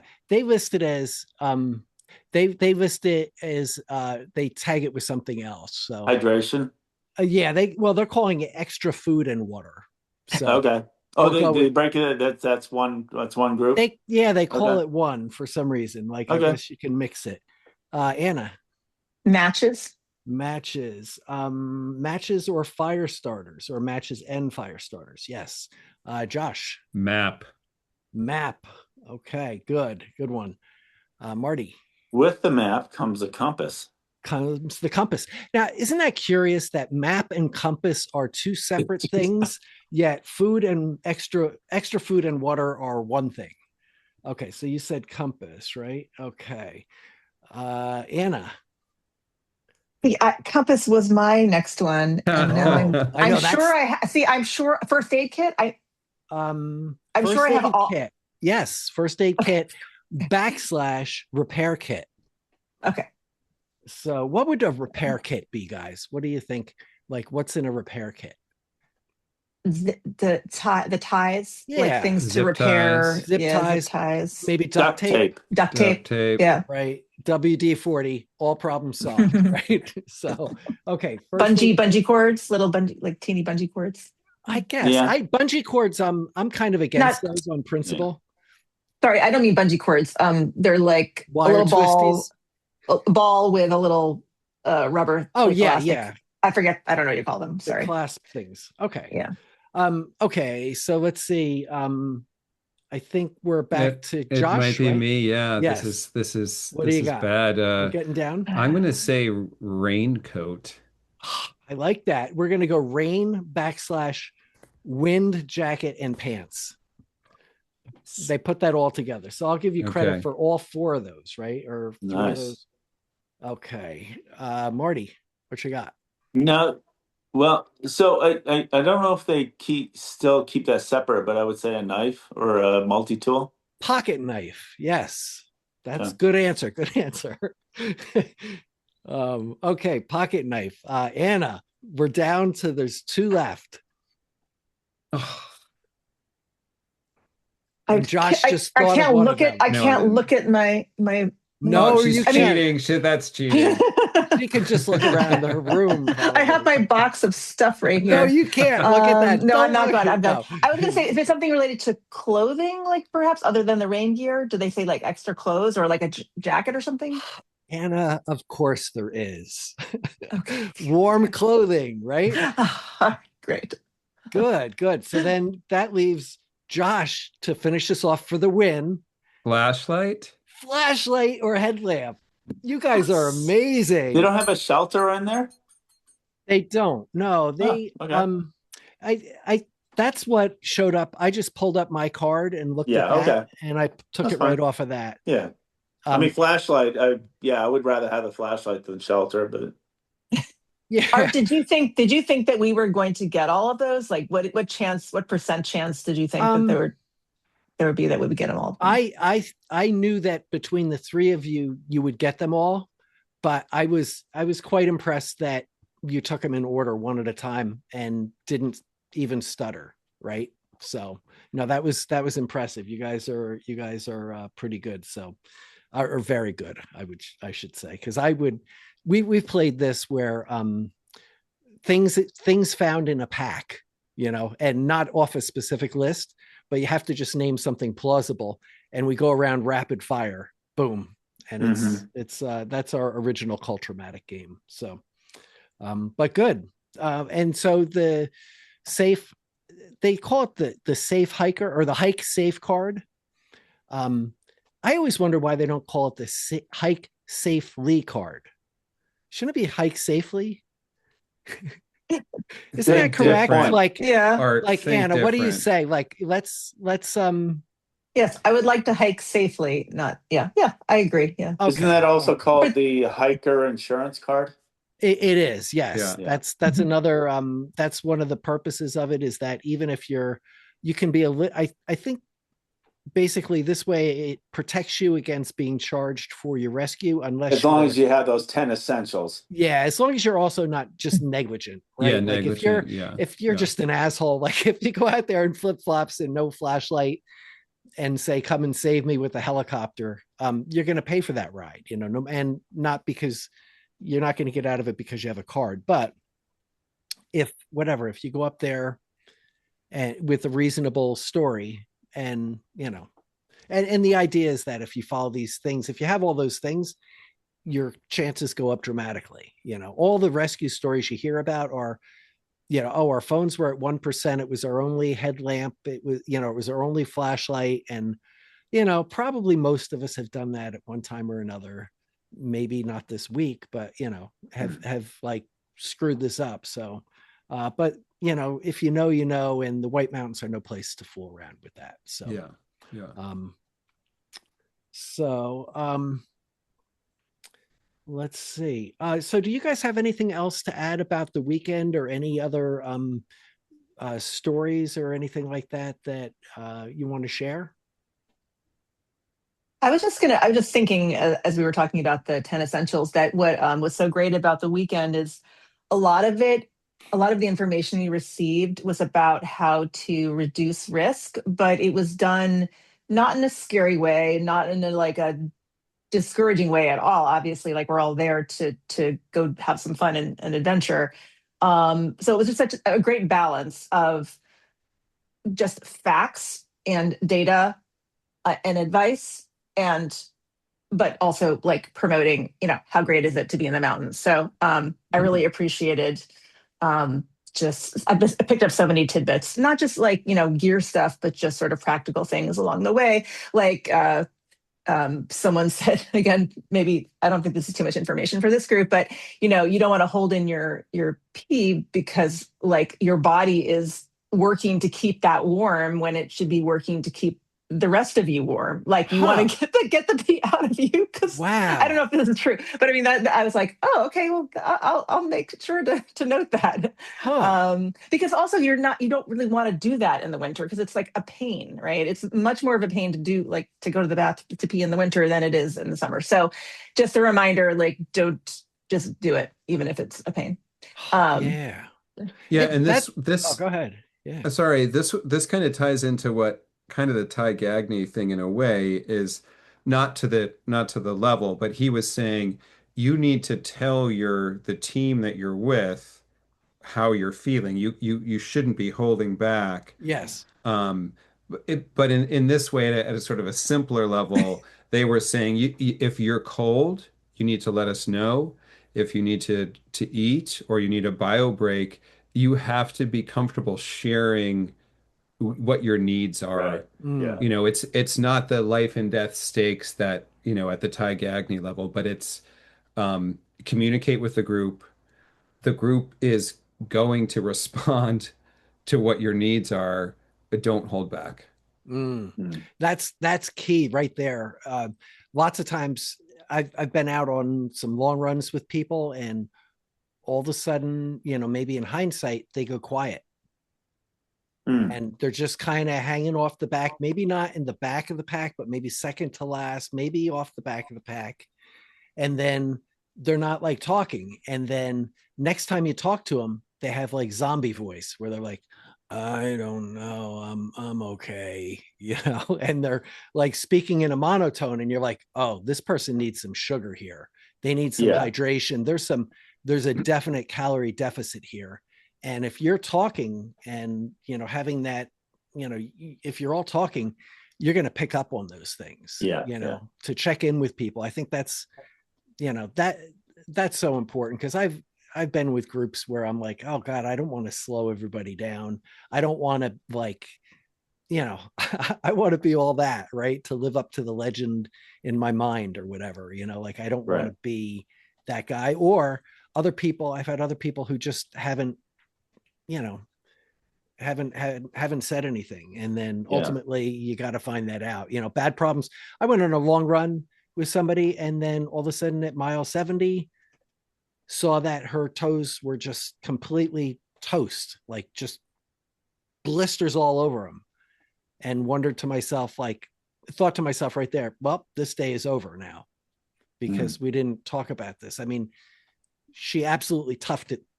You know, she duct taped her feet to her to her flip flops, and we survived. But it was like a, you know, you got to communicate, you know, that if you can, you know. But well, definitely, I think that, you know, one of the things that we try to do as leaders is just try to check in with the group, like frequently, you know, not every minute. It's like, hey, how you doing? But, you know, just you know, do a little, you know, have a conversation. I mean, sometimes just having a conversation with somebody, you can kind of, you know, well, geez, they were really happy and joyful 30 minutes ago. Now they're just kind of, you know, aloof or you know, checked out. And you know, to be able to recognize that, or you know, to you know, recognize it, and then, you know, like, hey, what's going on, you know, maybe take them to the side, you know, maybe not doing the whole group, but, you know, hopefully, you know, we try to keep the groups together. Like Josh and Anna, I think you guys spent, you know, probably what, like, you know, I don't know, I'm not going to put a percentage, but probably 80% of your group, and you had a pretty big group, didn't you? You had 8 participants and 2 leaders, or yeah. So, but I mean, even that, you know, you're probably getting pretty comfortable with everybody, and you know, it's like, hey, you know, maybe find somebody that they were kind of like buddies with or something. Said, hey, you know, can you just check with your friend over there and say, hey, you know, what's going on? Yeah, the group of people. Oh, go on, Josh. No, you go, Anna. I was just going to say that overall, like, we, you know, people were chatting with people, obviously not in their groups. And I just, this was just one of the nicest groups of people overall in the whole, you know, the whole school that I have met in a long time. You know, I just feel like, we hopefully everyone felt comfortable with everybody, because they were just all so super nice and interesting and enthusiastic about the outdoors. So you couldn't ask for like a better group to you know, be honest and open with. So awesome. That's great. You know, that's really great to hear. And I have to say, AMC seems to be the group that maybe they're not the ones that are doing the rescues or heading up the rescues, but they do so much to keep the rescues from being necessary, right? The communication that they do, lots of times you go to the major trailheads, there'll be a volunteer from AMC there saying, hey, what you up to? where you headed? What do you got packed? Oh, you know what you're doing? You know where that trail is. Hey, this is, watch out for the Pemmy bear, whatever the story is, they're there to kind of, to kind of help you not need, help you be more self-sufficient. So, well, I think that's a drive of our winter and spring workshops. It's just education. Just, here's what we've learned from, the AMC over years and years and years of being in the outdoors. And, this is what we recommend. And, as trail runners, I mean, you do some of these 200 whatever mile runs. I mean, you could be, away from an aid station, there might be 20 miles between aid stations. And I mean, you're carrying the bare essentials. So, I mean, even, outside of the AMC, we may choose some of these, we don't always carry the biggest packs on us and stuff like that. But, having the experience and the thought process of like, well, this is what I think we need today for this outing or whatever, but the education's out there to, think about where you're going, what you're doing, what do you need, what could go wrong. Yeah. Very good. Very good. It's good to see that AMC is out there supporting people going into the woods, because as we say here on Cultra, support is good, so, and it's always, it's nice that, when you need that extra hand or whatever it is, or just that extra information, or maybe, somebody just to kind of, bounce something off of, they're there as well for that. So, so we're there for you guys too. If any of our listeners out there, if you have any, and any questions, you can now, Marty, people can go to the AMC website to learn about their events and things like that, right? Yeah, it's I think it's called outdoors.org now. Yeah. Okay. That's a website. Yeah, Gotcha. for sure. And then if you're interested in coming to our workshops, that's under the New Hampshire chapter, under, it might be under education or something. I haven't been on the website in a while, so I don't remember exactly. Events, yeah. Yep. So yeah, I'll have links to all that in the show notes if anybody's interested in finding out when the next events are and things like that.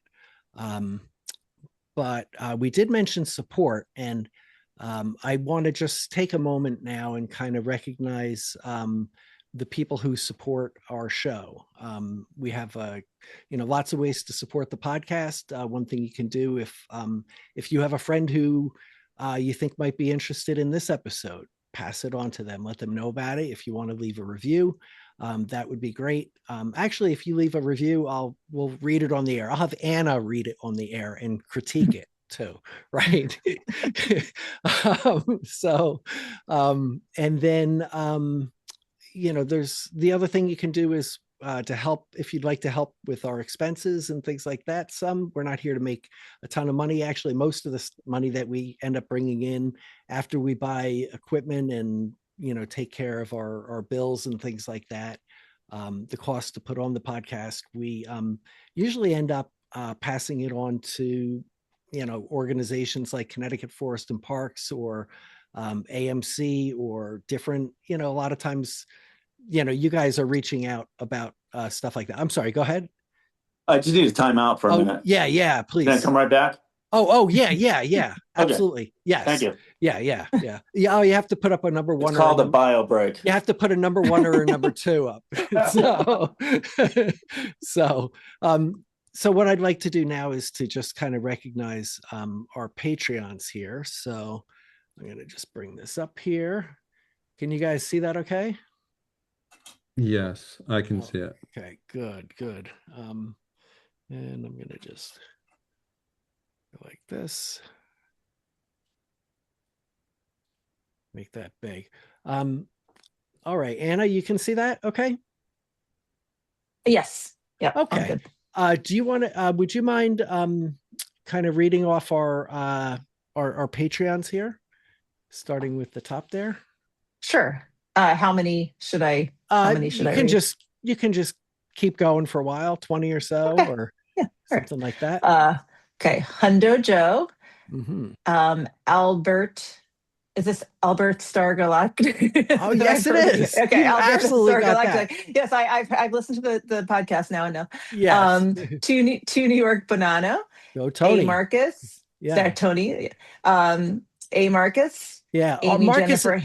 I'm sorry. I'm gonna this is the deal, is that you get to interrupt anybody who's reading pointlessly. So Marcus has done has been doing a lot of climbing up in the weights lately, like ice climbing and stuff like that. So I think you shared a scary picture. Maybe I did. Yes, I wanted just to connect the dots for you guys, just in case. So Amy Jennifer Hanlon, Amy Sorensen, Andy Tidd, or Tide. Andy Tide, okay. Or Tidd. Angelina Rose, is that who works? Yes. Me, Anna Anna G. High energy. Antone de Betancourt. Azam Pulatov.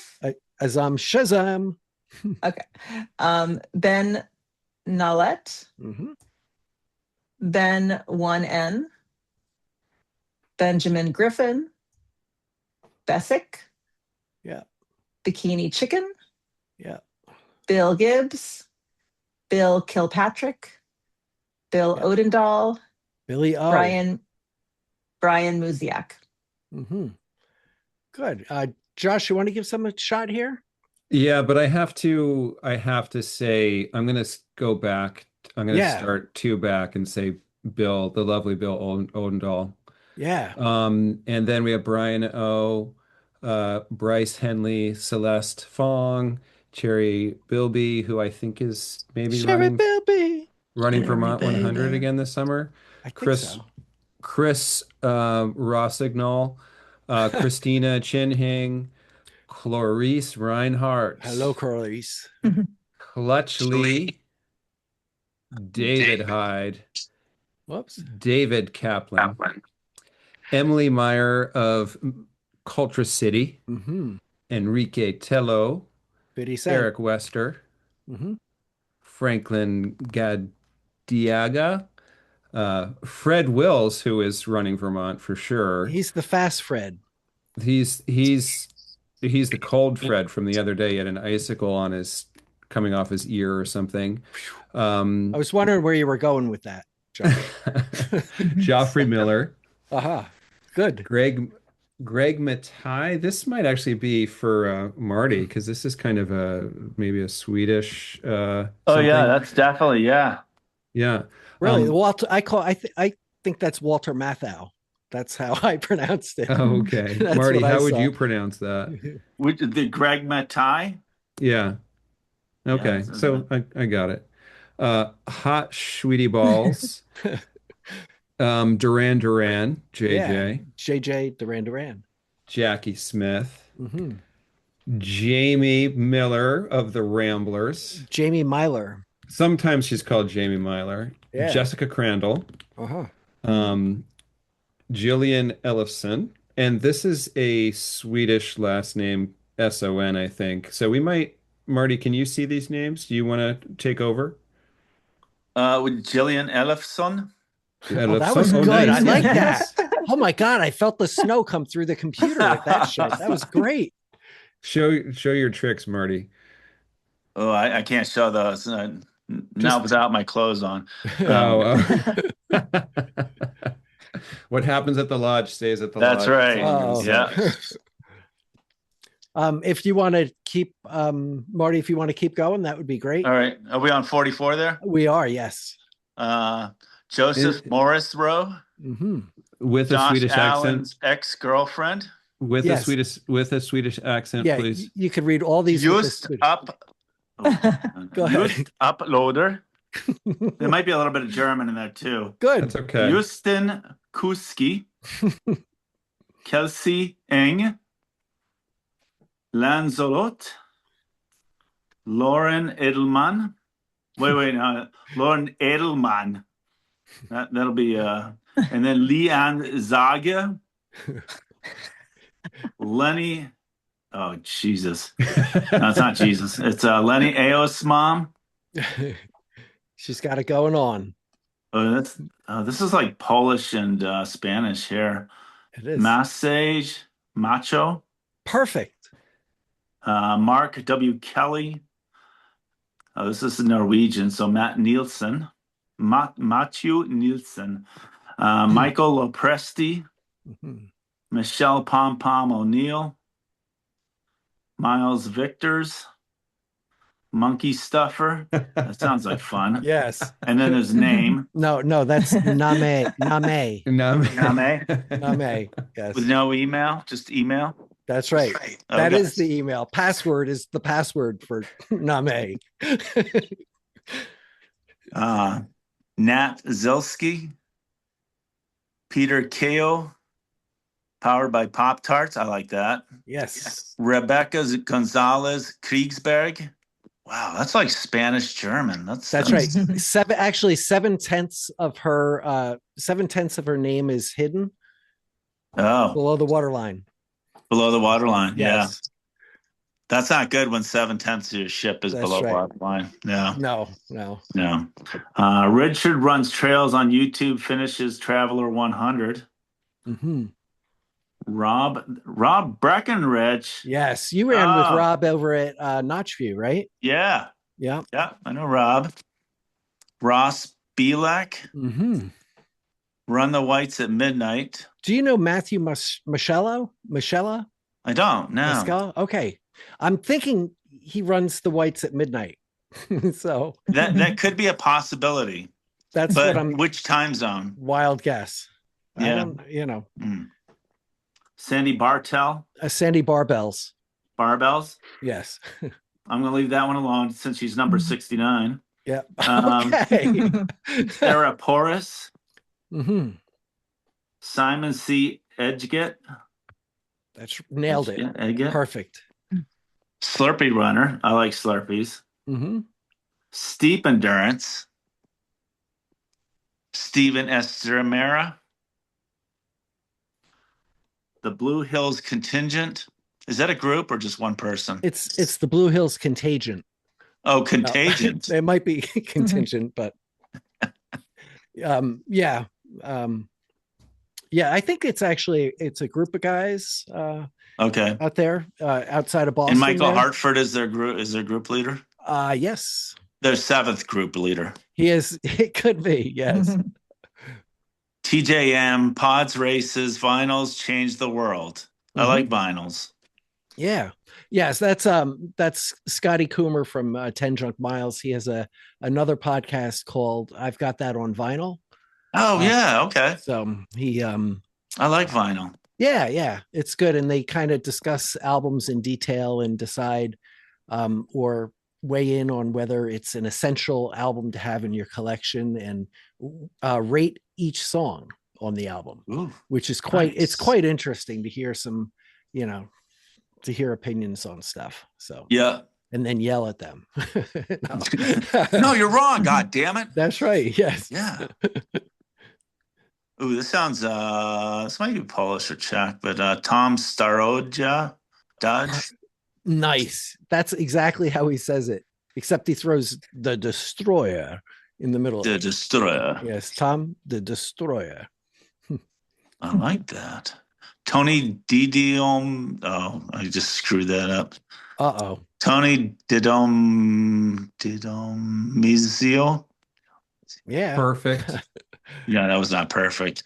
Ultra Walker. Mm-hmm.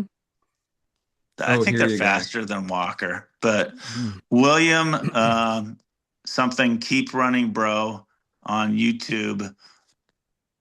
Oh, Yara. Yeah, perfect. Excellent, guys. Well, that was quite a bang up job there. I appreciate that, and thanks to all the Patreons who support us. I did send out a note to our Patreons, and I just want to mention this. In some ways, like, I think that if I had to pay all of the expenses out of pocket and everything like that, my wife would probably be upset with me, right? If that was kind of like the financial model here. So fortunately, that's not been the case. You guys have been very generous in your support of Cultra. that has made it very easy to just kind of go on and do things. So a while back we had a guy on from Hoka, and had a guy on, a shoe rep on from Hoka. And then we had somebody on from Boston Bulldogs, which is a recovery group out of Boston. They're it's kind of like AA that runs, which is awesome. I've been in recovery for 40 plus years at this point, and seeing this group was just amazing. It was really great to talk to them. We ended up sending a pair of, telling the Hoka rep to send some shoes over to Boston Bulldogs, to kind of help, maybe send a pair of shoes or two to these guys who are in recovery, men and women who are in early recovery. And instead of doing that, they went and sent like a whole bunch of shoes, right? And they started supporting them. And then after that, there was they just donated $25,000 to this organization. Wow. Through it's amazing. Yeah. And it's a testament really to our Patreons who kept, who helped their podcast go. We ended up having a guy, Patrick Caron, on, who's with the Trail Animals. He introduced us to Jason Pagioli. Sorry, Jason. He's with Anchor Down Ultra out of Rhode Island. Jason put us in contact with the guy from Hoka, and Patrick put me in contact with the guy from Boston Bulldogs. So it's like this whole network of just like talking to the guys. They come on the show. We have a lot of fun talking about whatever they're doing. It interests us and our listeners. And then all of a sudden, at the end of the day, there's $25,000 to help people in recovery.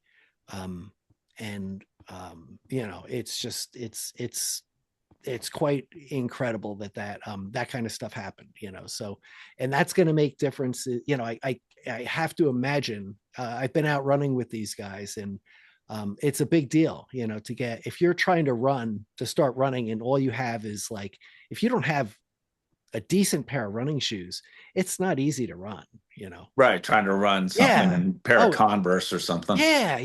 It's very hard, but God, if you got a pair of Hokas, or whatever kind of running shoes, all of a sudden now you have the ability to do that. So, and running it's one of those things that can, between this and that organization, I think it really can make a difference in people's lives. So, thank you to all the Patreons who were able to, allow me to just talk to people, and the Cultra crew to be able to talk to people and to make these connections in the community, so it was just such a weird, convoluted pinball connection machine that I was just floored to hear this. This just happened last week. I found out about all this. So wow. It's amazing. Yeah. And don't sell yourself short, Art, because this takes like creativity and your ideas too. You know what I'm saying? I mean, it didn't just happen. Like, you did something to make it happen too. So I just want to thank you. Thank you. I get part of that, but I always feel like that, to me, that seems like the easy part in a way. Like, all I had to do was just, but it does require like some, like innovation on your part to like think of how these connections could happen. That's correct. Yeah. And a lot of them just happened. Honestly, it was, between Patrick, we had Patrick on the show and said, "Hey, Patrick, who else should we talk to?" And he said, "Oh, talk to Jason and talk to Jim." And then Jim Jason, the RD from Anchor Down, just out of his own, for whatever reason, said to his Hoka rep, said, "Hey, can you set these guys up with shoes?" And they wanted to give me a pair of shoes, right? And I love Hokas. I love like a pair of Tecton X, like carbon fiber, carbon shoes. Those are nice. That's a nice shoe. Who wouldn't want that, right? But for whatever reason, I was like, "Oh, I'll tell you what, I'll buy my own shoes, and pass this one on to these guys, just on a whim, because we don't have any sponsors or anything like that on our show. Pretty much we don't have paid commercials or anything like that. We could do that, but I would rather just have us do, if I say something, I want to be able to make fun of Hoka, which we did. We made fun of him when he was on the show. We talked about reach around technologies and all these other things. But I don't know. It was just a cool thing. So, thanks again to the Patreons for that, and to everybody who's supported the show over the years. Cause it's, all of a sudden, if it's made no other difference, and I've gotten notes from people in the past about things that have happened, but this was like a great one, that it's just, it has a life of its own. Like I had nothing to do with the 25,000, except that I planted, I made a connection of people 2 years ago, and since then their relationship has grown from that. It's like introducing friends who end up getting married, right? So, but it's been cool. So,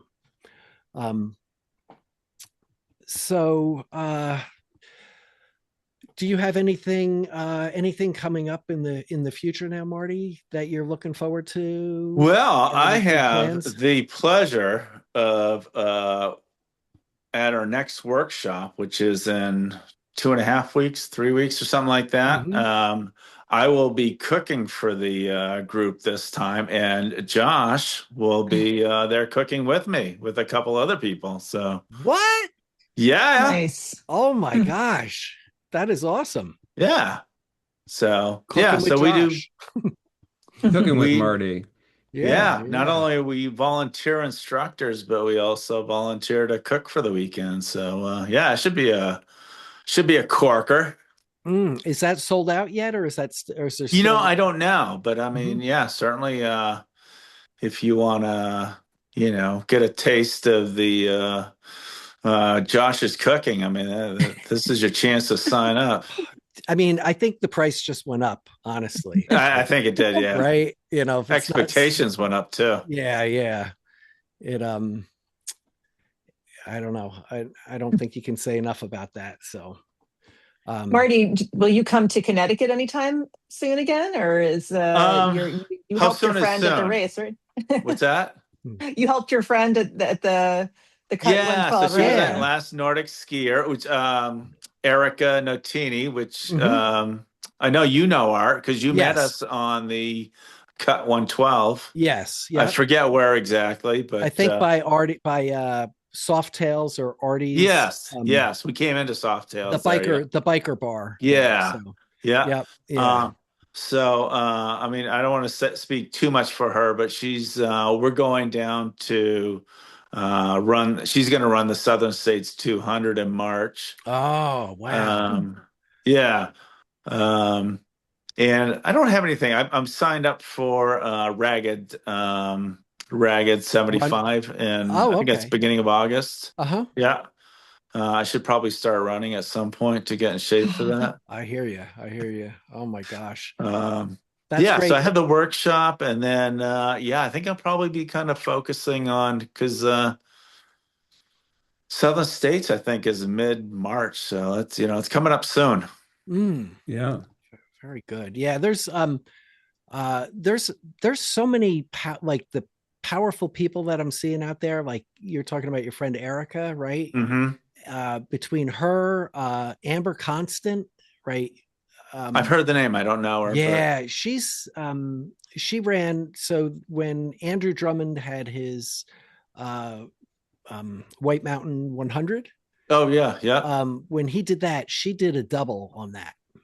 No kidding. Wow. Yeah, she ran 200, which is just, to me, like the idea of 100 miles on the AT through through New Hampshire is just mind-boggling. My buddy Mark Kelly did that.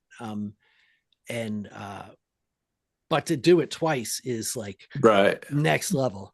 To have the gumption to turn around and do it again. And I was reading an Instagram post from her.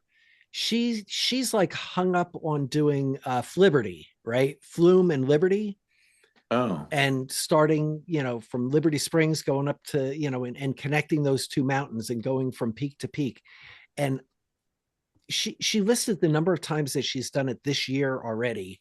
And it's Wow. beyond, like, just in January, I think it was like over, like, it might've been like 100 times or some shit like that. Or Jesus. I'm probably misspeaking then. It was just whatever it is. It was just ridiculous. Not probably 100 times is an exaggeration, right? It's got to be. Maybe that would be 3 times a day. Yeah. Yeah. No. Now, is that starting from the trailhead? I don't know what constitutes an actual loop, but okay. I think if you take the bike, if you start on the bike path and you go up, from off of the Flume parking lot, and then go up Liberty Springs, I guess that is. Yeah, Liberty Springs Trail. Yeah, and go up there. I think that's what she's done. And so then you go up to Mount Liberty, and then over to Flume, and then you come back and go back down? Yes. That's the one? Yeah, okay. Yeah. And I think she's done that. It might have been, maybe she's done it 15 times this. I think that might be it. Like 15 times this year. Still pretty. But she also did like all these other things too that were like, she had like 3 days off, but every other day of the year she was just doing something massive. So she's got like that. She's raised that risk level, but also the ability level, and maybe she's just like kind of in a flow state right now, it seems. So it's quite incredible to watch from afar. Like it was like when we were talking to Andrew Drummond about doing, Direttissima in 4.5 days, I think. It's just like beyond comprehension, something like that. And that's the level that she's at right now, is wow, all that stuff. But so shout out to her. That's I think probably I'd love to. I'm gonna try to get a hold of her and have her, invite her to the Cut 112, see if she would be interested in that. Okay, Marty. Any closing arguments, guys? I hear Josh he's holding up 2 fingers. What could that mean? I'm just looking at the registration for the next winter school, and they have spots in everything they do. The introduction to winter travel, the intermediate program that Anna and I did, the advanced. Then they have the Nordic touring, and then they have, which I think Marty was teaching last time, the resort to backcountry down mountain skiing. Everything has some actually the winter camping is sold out, but everything else has some spots left. So okay. Yeah. All right. Get it while it's hot, right? Yeah. And it's February it's February 27th to March 1st. And Art, like you said, is going to post this, so I'll make sure Art has this link. Thank you. That would be great. Let's see. Josh, any other info? Are you good? Any other last things you want to talk about? I'm good. Yeah. Anna, any closing arguments? Oh, just a big thank you to Marty, not just for joining us on the podcast and sharing some good, interesting, fun stories, but also for all the volunteer work, all the volunteer work that you do. I mean, when you think of all the hours that you volunteered for the AMC for the last 30 years, I'm sure it must amount to many, many, many hours. So, I mean, and all of those hours, like you're helping people like us kind of adapt and learn, and it's great. It's awesome. And thank you so much. Yeah. Oh, thank you. Yeah. Thank you, Marty. Yeah. I mean, and having great participants that come to these workshops. I mean, people that are willing to learn, want to learn, and just willing to have fun while we're doing this. It's a lot of stuff we try to pack into 2.5 days, and you come with the right attitude, it's going to work out for you. Well, that's a good point, because I feel like in our group we laughed a lot, like so much. I mean, it wasn't just learning about hypothermia; it was just like a lot of jokes. So I don't know how that happened, but it was just such a great Cool. atmosphere. Yeah. Hey, do you guys know nice. what the coldest mountain in the Whites is? Is this a right joke? now or right at this moment? Maybe it is. Well, it's the Hancocks, because they're brutal. Well, okay, I wasn't thinking that. I was thinking Mount Isolation. Oh, Okay, Art will be all right. performing. That's right. Or it could be Eisenhower is the other one. oh, Yeah. Yeah. I guess it depends on what day you get to Isolation, because it could be cold, but the last time I was there it wasn't bad. That's shorts true. and a t-shirt. Yeah. Oh my gosh. So Marty, thank you so much. hey, thank you. Yeah, it was fun. Very good, very good. And we will definitely got to have you on again sometime. If you got for the next thing, maybe we'll talk about summer school or something. Well, we could talk about working in the kitchen or something. I'm sure with Josh and I, there'll be some great stories. That's right. Yeah. Yeah. Food poisoning. All the mishaps. Yeah. We put what in the stew? Right? Very good. It fell on the floor. We had to rescue it somehow. Had to, yeah. Excellent. Well, thank you again to everybody tonight. Marty, especially you with your stories and all of your support there. Thanks to all of our listeners. If you've made it this far, of course, seek professional help, and we will see you all in a mile and a half. All right.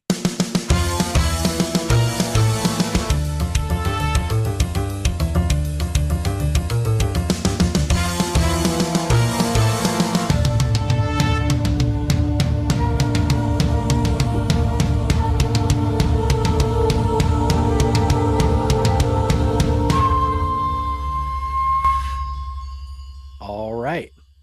There we are. Excellent. So I missed the mile and a half reference. Oh, it's something that started at this is our 347th episode. And when we started our first episode, right at the end of it, we said, because the answer is, we saw some movie a long time ago that was like, I think the movie was called Mile and a Half. And when we had our first episode, we were getting ready to close, and one of the co-hosts said, "Hey, you know what? We need some kind of a closing statement here, like a thinking. We need we'll see you all." And she goes, "Oh, I know. We'll see you all in a mile and a half," because it was referencing a mile. Got it. Movie we saw. Because the idea is that whenever anybody asks you how far it is to X. Right. It's about a mile and a half. That's got it. So we always tell people that's the only answer that we ever give on the trail is it's a mile and a half. So, that's the reference. So, damn, I feel like I blew my opportunity there to be part of that. Oh, he's gonna put your voice in with AI. Watch out for the deep fakes. It'll be you'll be auto-tuned. Yeah. Auto-tuned. All right. That's right. Make me sound better. There you go. Hey, I gotta tell a little story about Marty. Okay. When I met Marty, I was wearing my Bimblers hoodie. Yes. And Marty was coming in, bringing food into the kitchen, and he's like, "What's that? You ran that? What's that race? What'd you do?" And I was like, "Oh, it's a local, 50K in Connecticut." And he's like, "Oh, I know people in Connecticut." And then we started talking about the Schnipsted Striders, and we're throwing out names: Tony Bonanno, Art Byram, and he's like, "Oh, I know Art." And we didn't go deep into Marty's whole story, but Marty is his mom is Swedish.